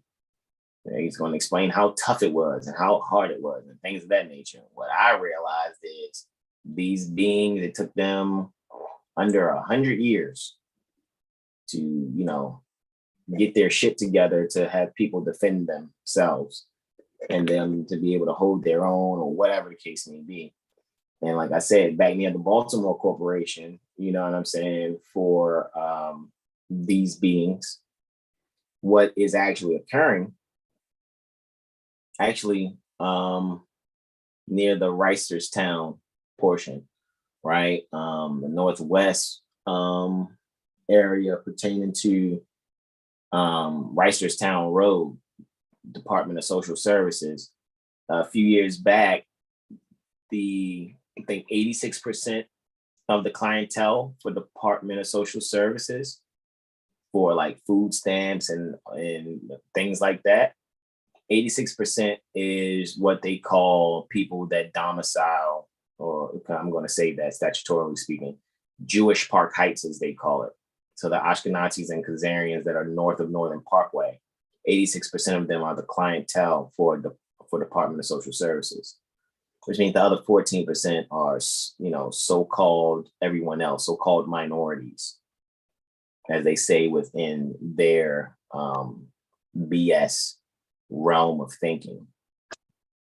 So that lets you know that you're like, hold on, man, they building synagogues all the time, everywhere. They got these going on. And you telling me they 86% of the clientele for so-called government assistance? Yes. Yes, they are. So it's not Bonquisha in them, but go ahead. I yield, bro. Man, am I still paused? Why is my camera paused there? It was Am I paused. moving now? Yeah, you moving now. I wanted to make sure I'm moving now. And real quick, The noun for municipality, it says town or city having corporate privileges of local self-government. So when they're trying to govern you and they have corporate privileges of local self-government, are they trying to when they try to govern you, are they not saying that you're part of them? Interessante. Yeah, that noun reveals it right there. Did I miss the noun version? Oh, you got oh, it's municipality. Okay. Pardon me, municipality is a noun. Sweet. Having what type of privileges? Corporate. It's a noun. Town or city having corporate privileges of local self-government. Doesn't say having corporate privileges of local govern anyone you want. Self-government, which means they govern themselves, which means if you're not a part of their shit, how can they govern you when their privilege is a corporate privilege that allows them to govern themselves? Shtetl, yes, you're correct. Shtetl is like saying my little hood, my little ghetto, my little hood. That's what shtetl is. And just to be clear, that's what shtetl is. Yeah. Jewish small town or You know what I village. mean? And that was in Eastern Europe, they say. Yeah, a small Jewish town or village in Eastern Europe, right? So So that's what shtetl is. So a little basically a little municipality. Yeah, a hamlet, so to speak, a ghetto. Right? Islam. All right, Islam. So here on burden, and I guess we'll come back and do prophet, apostles, Abel, Zacharias, altar, and Solomon's temple next Friday, which will be 6 days after the vernal equinox. Right? Well, hold on. The vernal equinox is Monday, so pardon me. 21st, 22nd, 23rd, 24th. 27 degrees right now. Friday, so it'll be 4.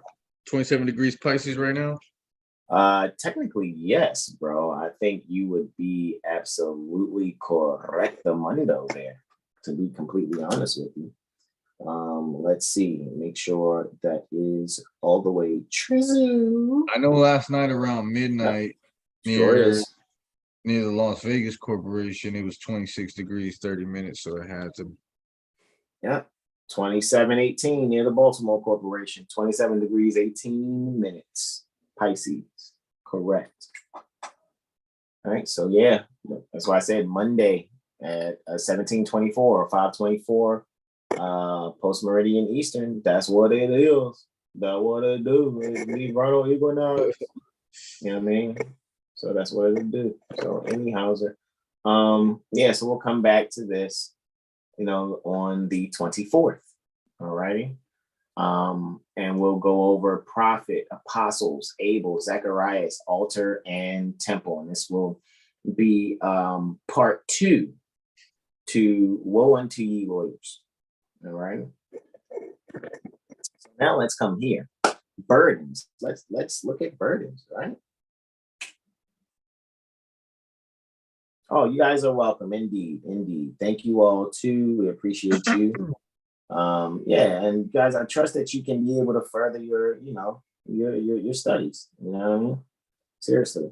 Claim the right, just come in as a witness. Now, see, the thing is, policy enforcers, think about it, guys. And again, even though they'll say some bullshit like, oh, the citation is considered a adequate complaint for the record. It can't be, because someone who is saying they're a witness to you moving a certain way against their policies. Oh, they were moving too fast according to this speed policy. And since they were moving too fast, I'm going to write a citation. And not only is it a citation, it's a complaint and it's a summons. They just neutralize what the fuck they're doing. They're telling you right there, we're not following the rules, the local rules of the court or rules of civil procedure. So those beings are fucking nutso, So no, technically, no, they're not government, Michael, at all. You know? And yeah, they're like, that's what Malika brought up. Like if the sheriff is a constitutional officer, where in the Constitution is the sheriff? Which is an adequate question. It's a very adequate, just because they've been quote unquote elected and swear an oath on the Constitution. You know what I mean? You know, the question that might be why people are saying they're a constitutional officer. However, where do they get the delegation of authority to do forced entry and detainers? There's nothing in the law to say you can make people homeless. And even if you are going to remove somebody, there's supposed to be a due process hearing under HUD, under Housing and Urban Development, under Title 42, United States Code 1437 DK. Oh, well, that's for state employees. Okay, cool. So if that's for state employees, right, or state members, state citizens, that means that the county is within the state, which is within the federal, right? So your apartment, your house, whatever it is that where the county board is holding their meetings? Does city council have their meetings there? Does the state general assembly meet there? No. Then why in the fuck would the sheriff come to do a forced entry and detainer somewhere that is not where the trade or business, which is performing functions of public office, is not happening? Why would they come to some place where county business does not take place? Right. Because they're warring against you due to you not challenging them. Because you got a sheriff's uniform in the closet. Exactly. How do you work for them? Right. And even if it was public housing under HUD, they have to do a due process hearing, and then they have to provide for you a whole year the financing to be able to remove you from that particular location and put you in a new location. Yep. And they can only do that for failure to pay rent, drug use, and destruction of property. Correct. So that's not going on inside of a house that's under the jurisdiction of HUD. Why are these people there? I'll tell you why. Because the people have allowed it to happen for too many years, too many decades, too many scores. Isn't HUD already paying people's rent?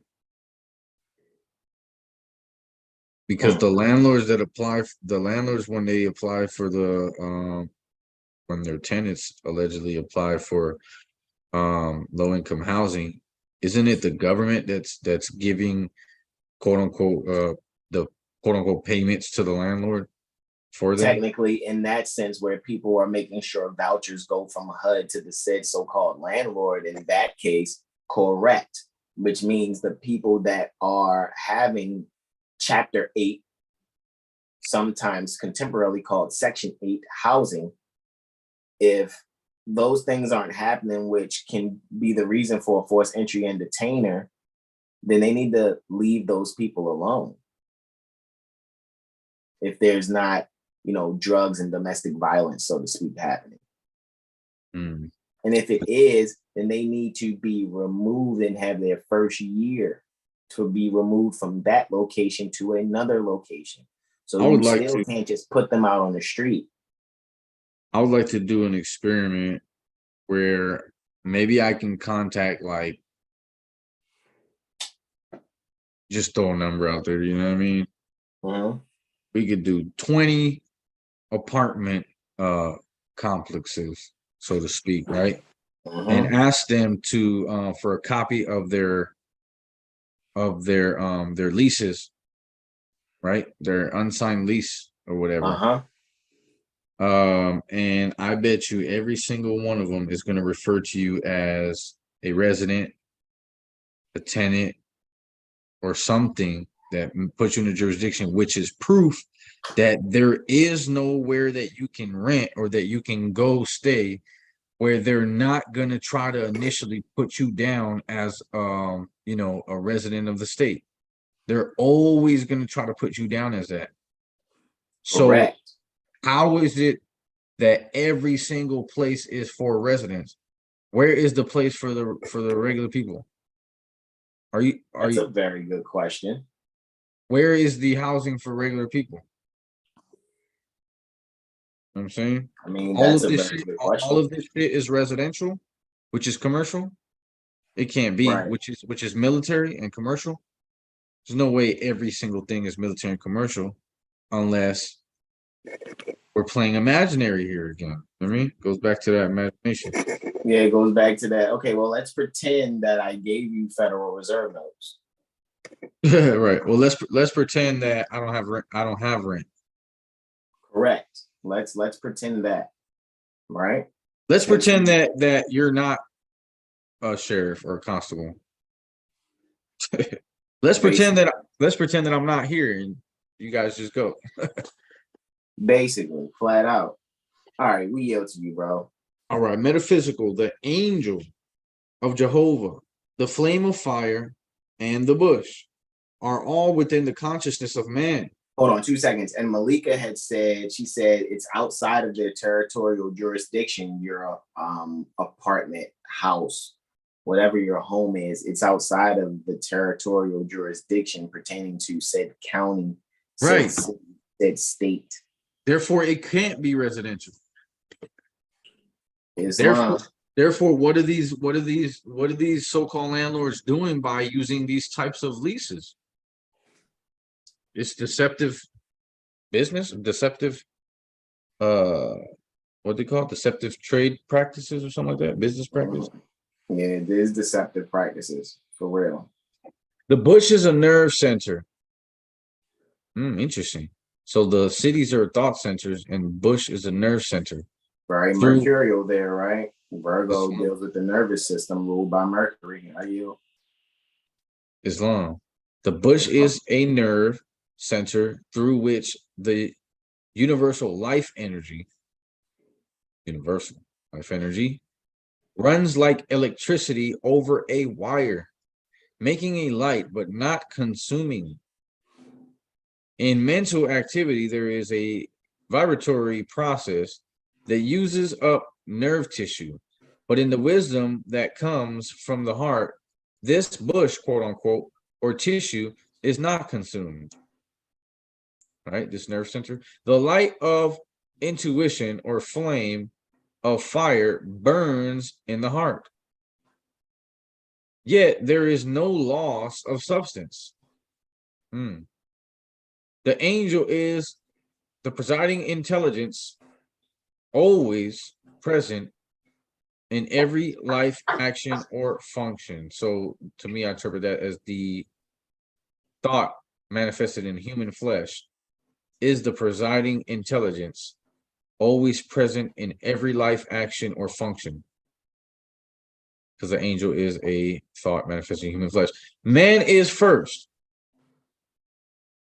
attracted by the phenomenal side of spiritual things. Then, when he gives his attention for the purpose of knowing the cause, the Lord reveals himself.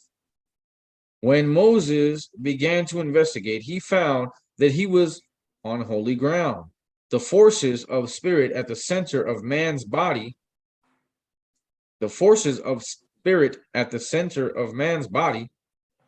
are so intense. The forces of breath at the center of mind's body are so intense that the outer consciousness cannot stand the current and hold itself together.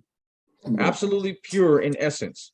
This inner fire must be approached by pure spiritual thought. That's why they say be pure in word and thought and deed. Removing the shoes is symbolical of taking from the understanding all material concepts. Another explanation of the burning bush is the burning bush, which was not consumed, represents spiritual life's contacting substance. Sounds like grounding. Sounds like going out there, put your feet in the grass. Go ahead, Aya. Which again is allowing your organism to communicate with your other organism, because you are the earth. You know what I mean? It's just another part of you. Divine life, spiritual fire does not consume. It purifies and renews substance. Burning bush. When we arrive at a foresighted or balanced state of mind, interesting. The light, and that's standing on your square too. Foresighted or balanced state of mind. The light of intuition or flame of fire burns in our heart. Yet it is not consumed. There is no loss of substance. In thinking, there is a vibratory process in the brain that uses up nerve tissue, but in the wisdom that comes from the heart, the bush or tissue is not consumed. This thinking in wisdom is quote unquote holy ground or substance in its spiritual wholeness. That is the idea of substance in divine mind. Mm-hmm. Yeah, man, I'm looking forward to next Friday, bro. Like seriously, I really am looking forward to next Friday. Mm-hmm. Because what we're even seeing right here is that all these portions pertaining to the, like, imagine how many people are out there arguing with their loved ones because their loved ones is trying to shove Jesus Christ down their throat of being their Lord and Savior. And you better bow your head at the table when we hold hands to say grace over this. All that shit is Egyptian. Yes. And these people think they're righteous. Yikes. And have not, I repeat, have not comprehended one bit Still sinning. the science pertaining to being. That doesn't even come to mind. That's tough. They don't even think about that. That's really tough, bro. They couldn't even fathom it. Can you imagine someone showing these videos, like these types of videos, like last Friday and today and then next Friday, and people are going, okay, well, the Metaphysical Bible Dictionary, that ain't the word. Jesus ain't bring that, and that's not God's word. That's some man that wrote that. That's the devil. And it's like, see, that's those people who are stuck in mental bondage to sense consciousness. And what sense is that? The nonsense. Mm.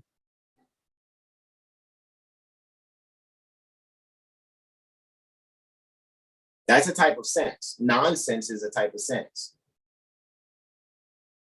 Because what they can't do is, like you said, they can't even fathom it. Therefore, what they can do is even get in harmony their conscious mind with their subconscious mind and superconscious mind. And they want to sit here and talk about Jesus was a Jewish man. You don't even comprehend that Hebrew speaks to your superconscious. What's the term Hebrew? The Hebrew. Jesus is the I am identity and justice. Period. Right? They can't even see themselves. And they say that they are what? Conscious. What kind? Because it's not the consciousness that's dealing with, you know, what we're reading here pertaining to the science pertaining to being, the science pertaining to ultimate reality, which is metaphysics. They will call metaphysics New Age and the devil when it's the answer. For them to fulfill the law and be the I am identity, to be the Jesus that they are, that they're ignoring. Yeah, because they keep putting themselves beneath. They keep exporting the truth about themselves outside of themselves. Mm-hmm. So instead of saying, oh no, but I'm not God. I can't, you know, I can't put myself above Jesus. You know, Jesus was perfect. Jesus did not sin. I sinned. I without. Yeah. There are people who've been put out of houses because you don't subscribe to the nonsense pertaining to someone's dogma belief in not comprehending the metaphysics. I was telling you, like Brother Todd said, You want to meet someone dangerous. You want to meet someone vile and evil. Find a believer.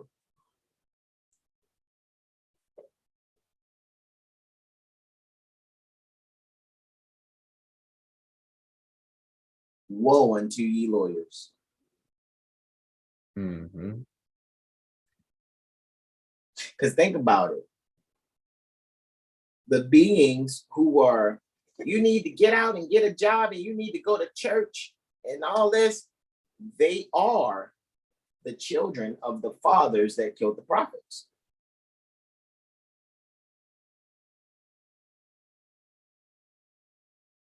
They just don't see themselves as building tombs of the prophets, but they are. Let me show you how they're building the tombs of the prophets. This is how they're doing it. What they're doing is metaphysically destroying the thoughts pertaining to all balanced law pertaining to the zodiac manifested in the flesh. So now you can't be who you need to be. Why? Because you have people who say that they're worshiping Jesus. They're really worshiping public opinion. Yeah, they're really worshiping Molech. Molech all day. And then want to talk about it's the devil. The most devilish beings are believers that lack comprehending metaphysics. Those are the most evilest people on the planet, next to those that actually know the metaphysics and then take advantage of people that don't know. But yo, my mama, you know, I love my mother too. And the dead gonna bury the dead.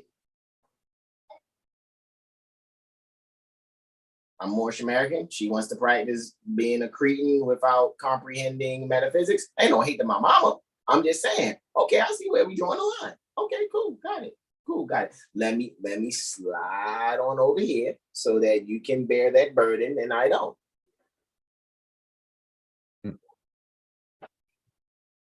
And I love my mother.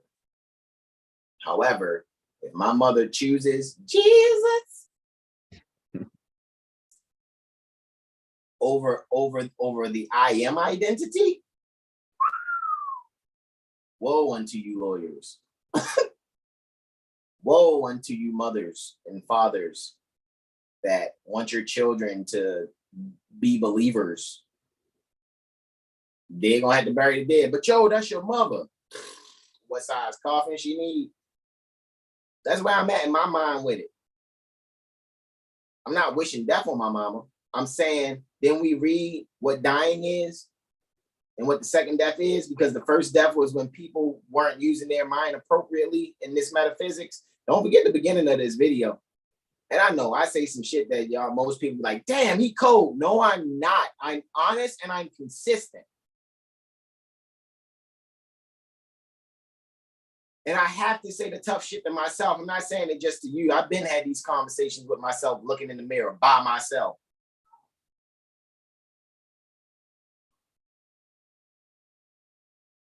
I made sure there is zero bitch assness in my thinking, in my entire being. Zero. See, any questions, comments, and or suggestions going once? I see you guys are agreeing indeed. I appreciate you all. No tickets, no laundry. That's been cliche from me. All right, I know, Buppy. You gotta go pee. I know. Let's do this invocation out, okay? Do the invocation out and then I'll take you go pee, all right? All right, Buppy? All right. So let's do this invocation out, guys. We're gonna stand face knees. We're gonna extend all 5 appendages on our left hand, all righty? Just the index and the middle on our right. We're going to face east and stand on a 45, and we're going to repeat after me, either aloud or in your hearts. Islam. Islam, bro. Islam. Allah, the Father of the universe. Allah, the Father of the universe. Father of love. Father of love. Truth. Truth. Peace. Peace. Freedom. Freedom. And justice. And justice. Allah is my protector. Allah is my protector. My guide. My guide. And my salvation. And my salvation. By night. by night and by day. and by day. His holy prophet, For his holy prophet, Noble Drew Ali. Noble Drew Ali. Ameen. Thank you all so much. We love you all. Thank you for joining us. Indeed. Well, guys, I'm glad you enjoyed it. Go back and look at this. Look at last Friday's and enjoy yourselves. In studying, really enjoy your studies. There are no more comments, questions, and/or suggestions from my beloved brothers in whom I'm well pleased. This is where we are going to yield the flooreth and say thank you to you all. And we'll see you guys Sunday, right? I think of what we went over last Sunday, and we'll come back and do. I know we went over government. Maybe we could look at flag or something, However, next Friday Speaking we're of- going to continue. What you Speaking saying? of, remember, there's something on RBA publications that I think should be updated, but I want you to take a look at it and we can discuss it tomorrow or whenever. But if I tell you now, I know we probably didn't notice it before, but like I couldn't not notice it when I looked at it again. But go back and look at the appellation Moor's titles Gotcha. and tell me if you see what I see. You're gonna see it. I'm not gonna give you no clues. You're gonna see it immediately based on our concepts, our jurisprudence concepts. You're gonna be like, this should be this and this should be that. You're gonna see. Okay. All right. That's So- a bet. We'll discuss it. If not tonight, we'll discuss it tomorrow. And then, Not a and I'm problem. pretty sure after you see it, you're gonna be like, oh yeah, we gotta talk to Mother Roz. Yeah, indeed. Okay, that'll be a bet, man. Excellent. Well, this is where we say namaste to you all. Namaste. Islam, y'all. Peace and love. Peace and love. Have your Holy Venus degree. Y'all. All right, Bucky, we about to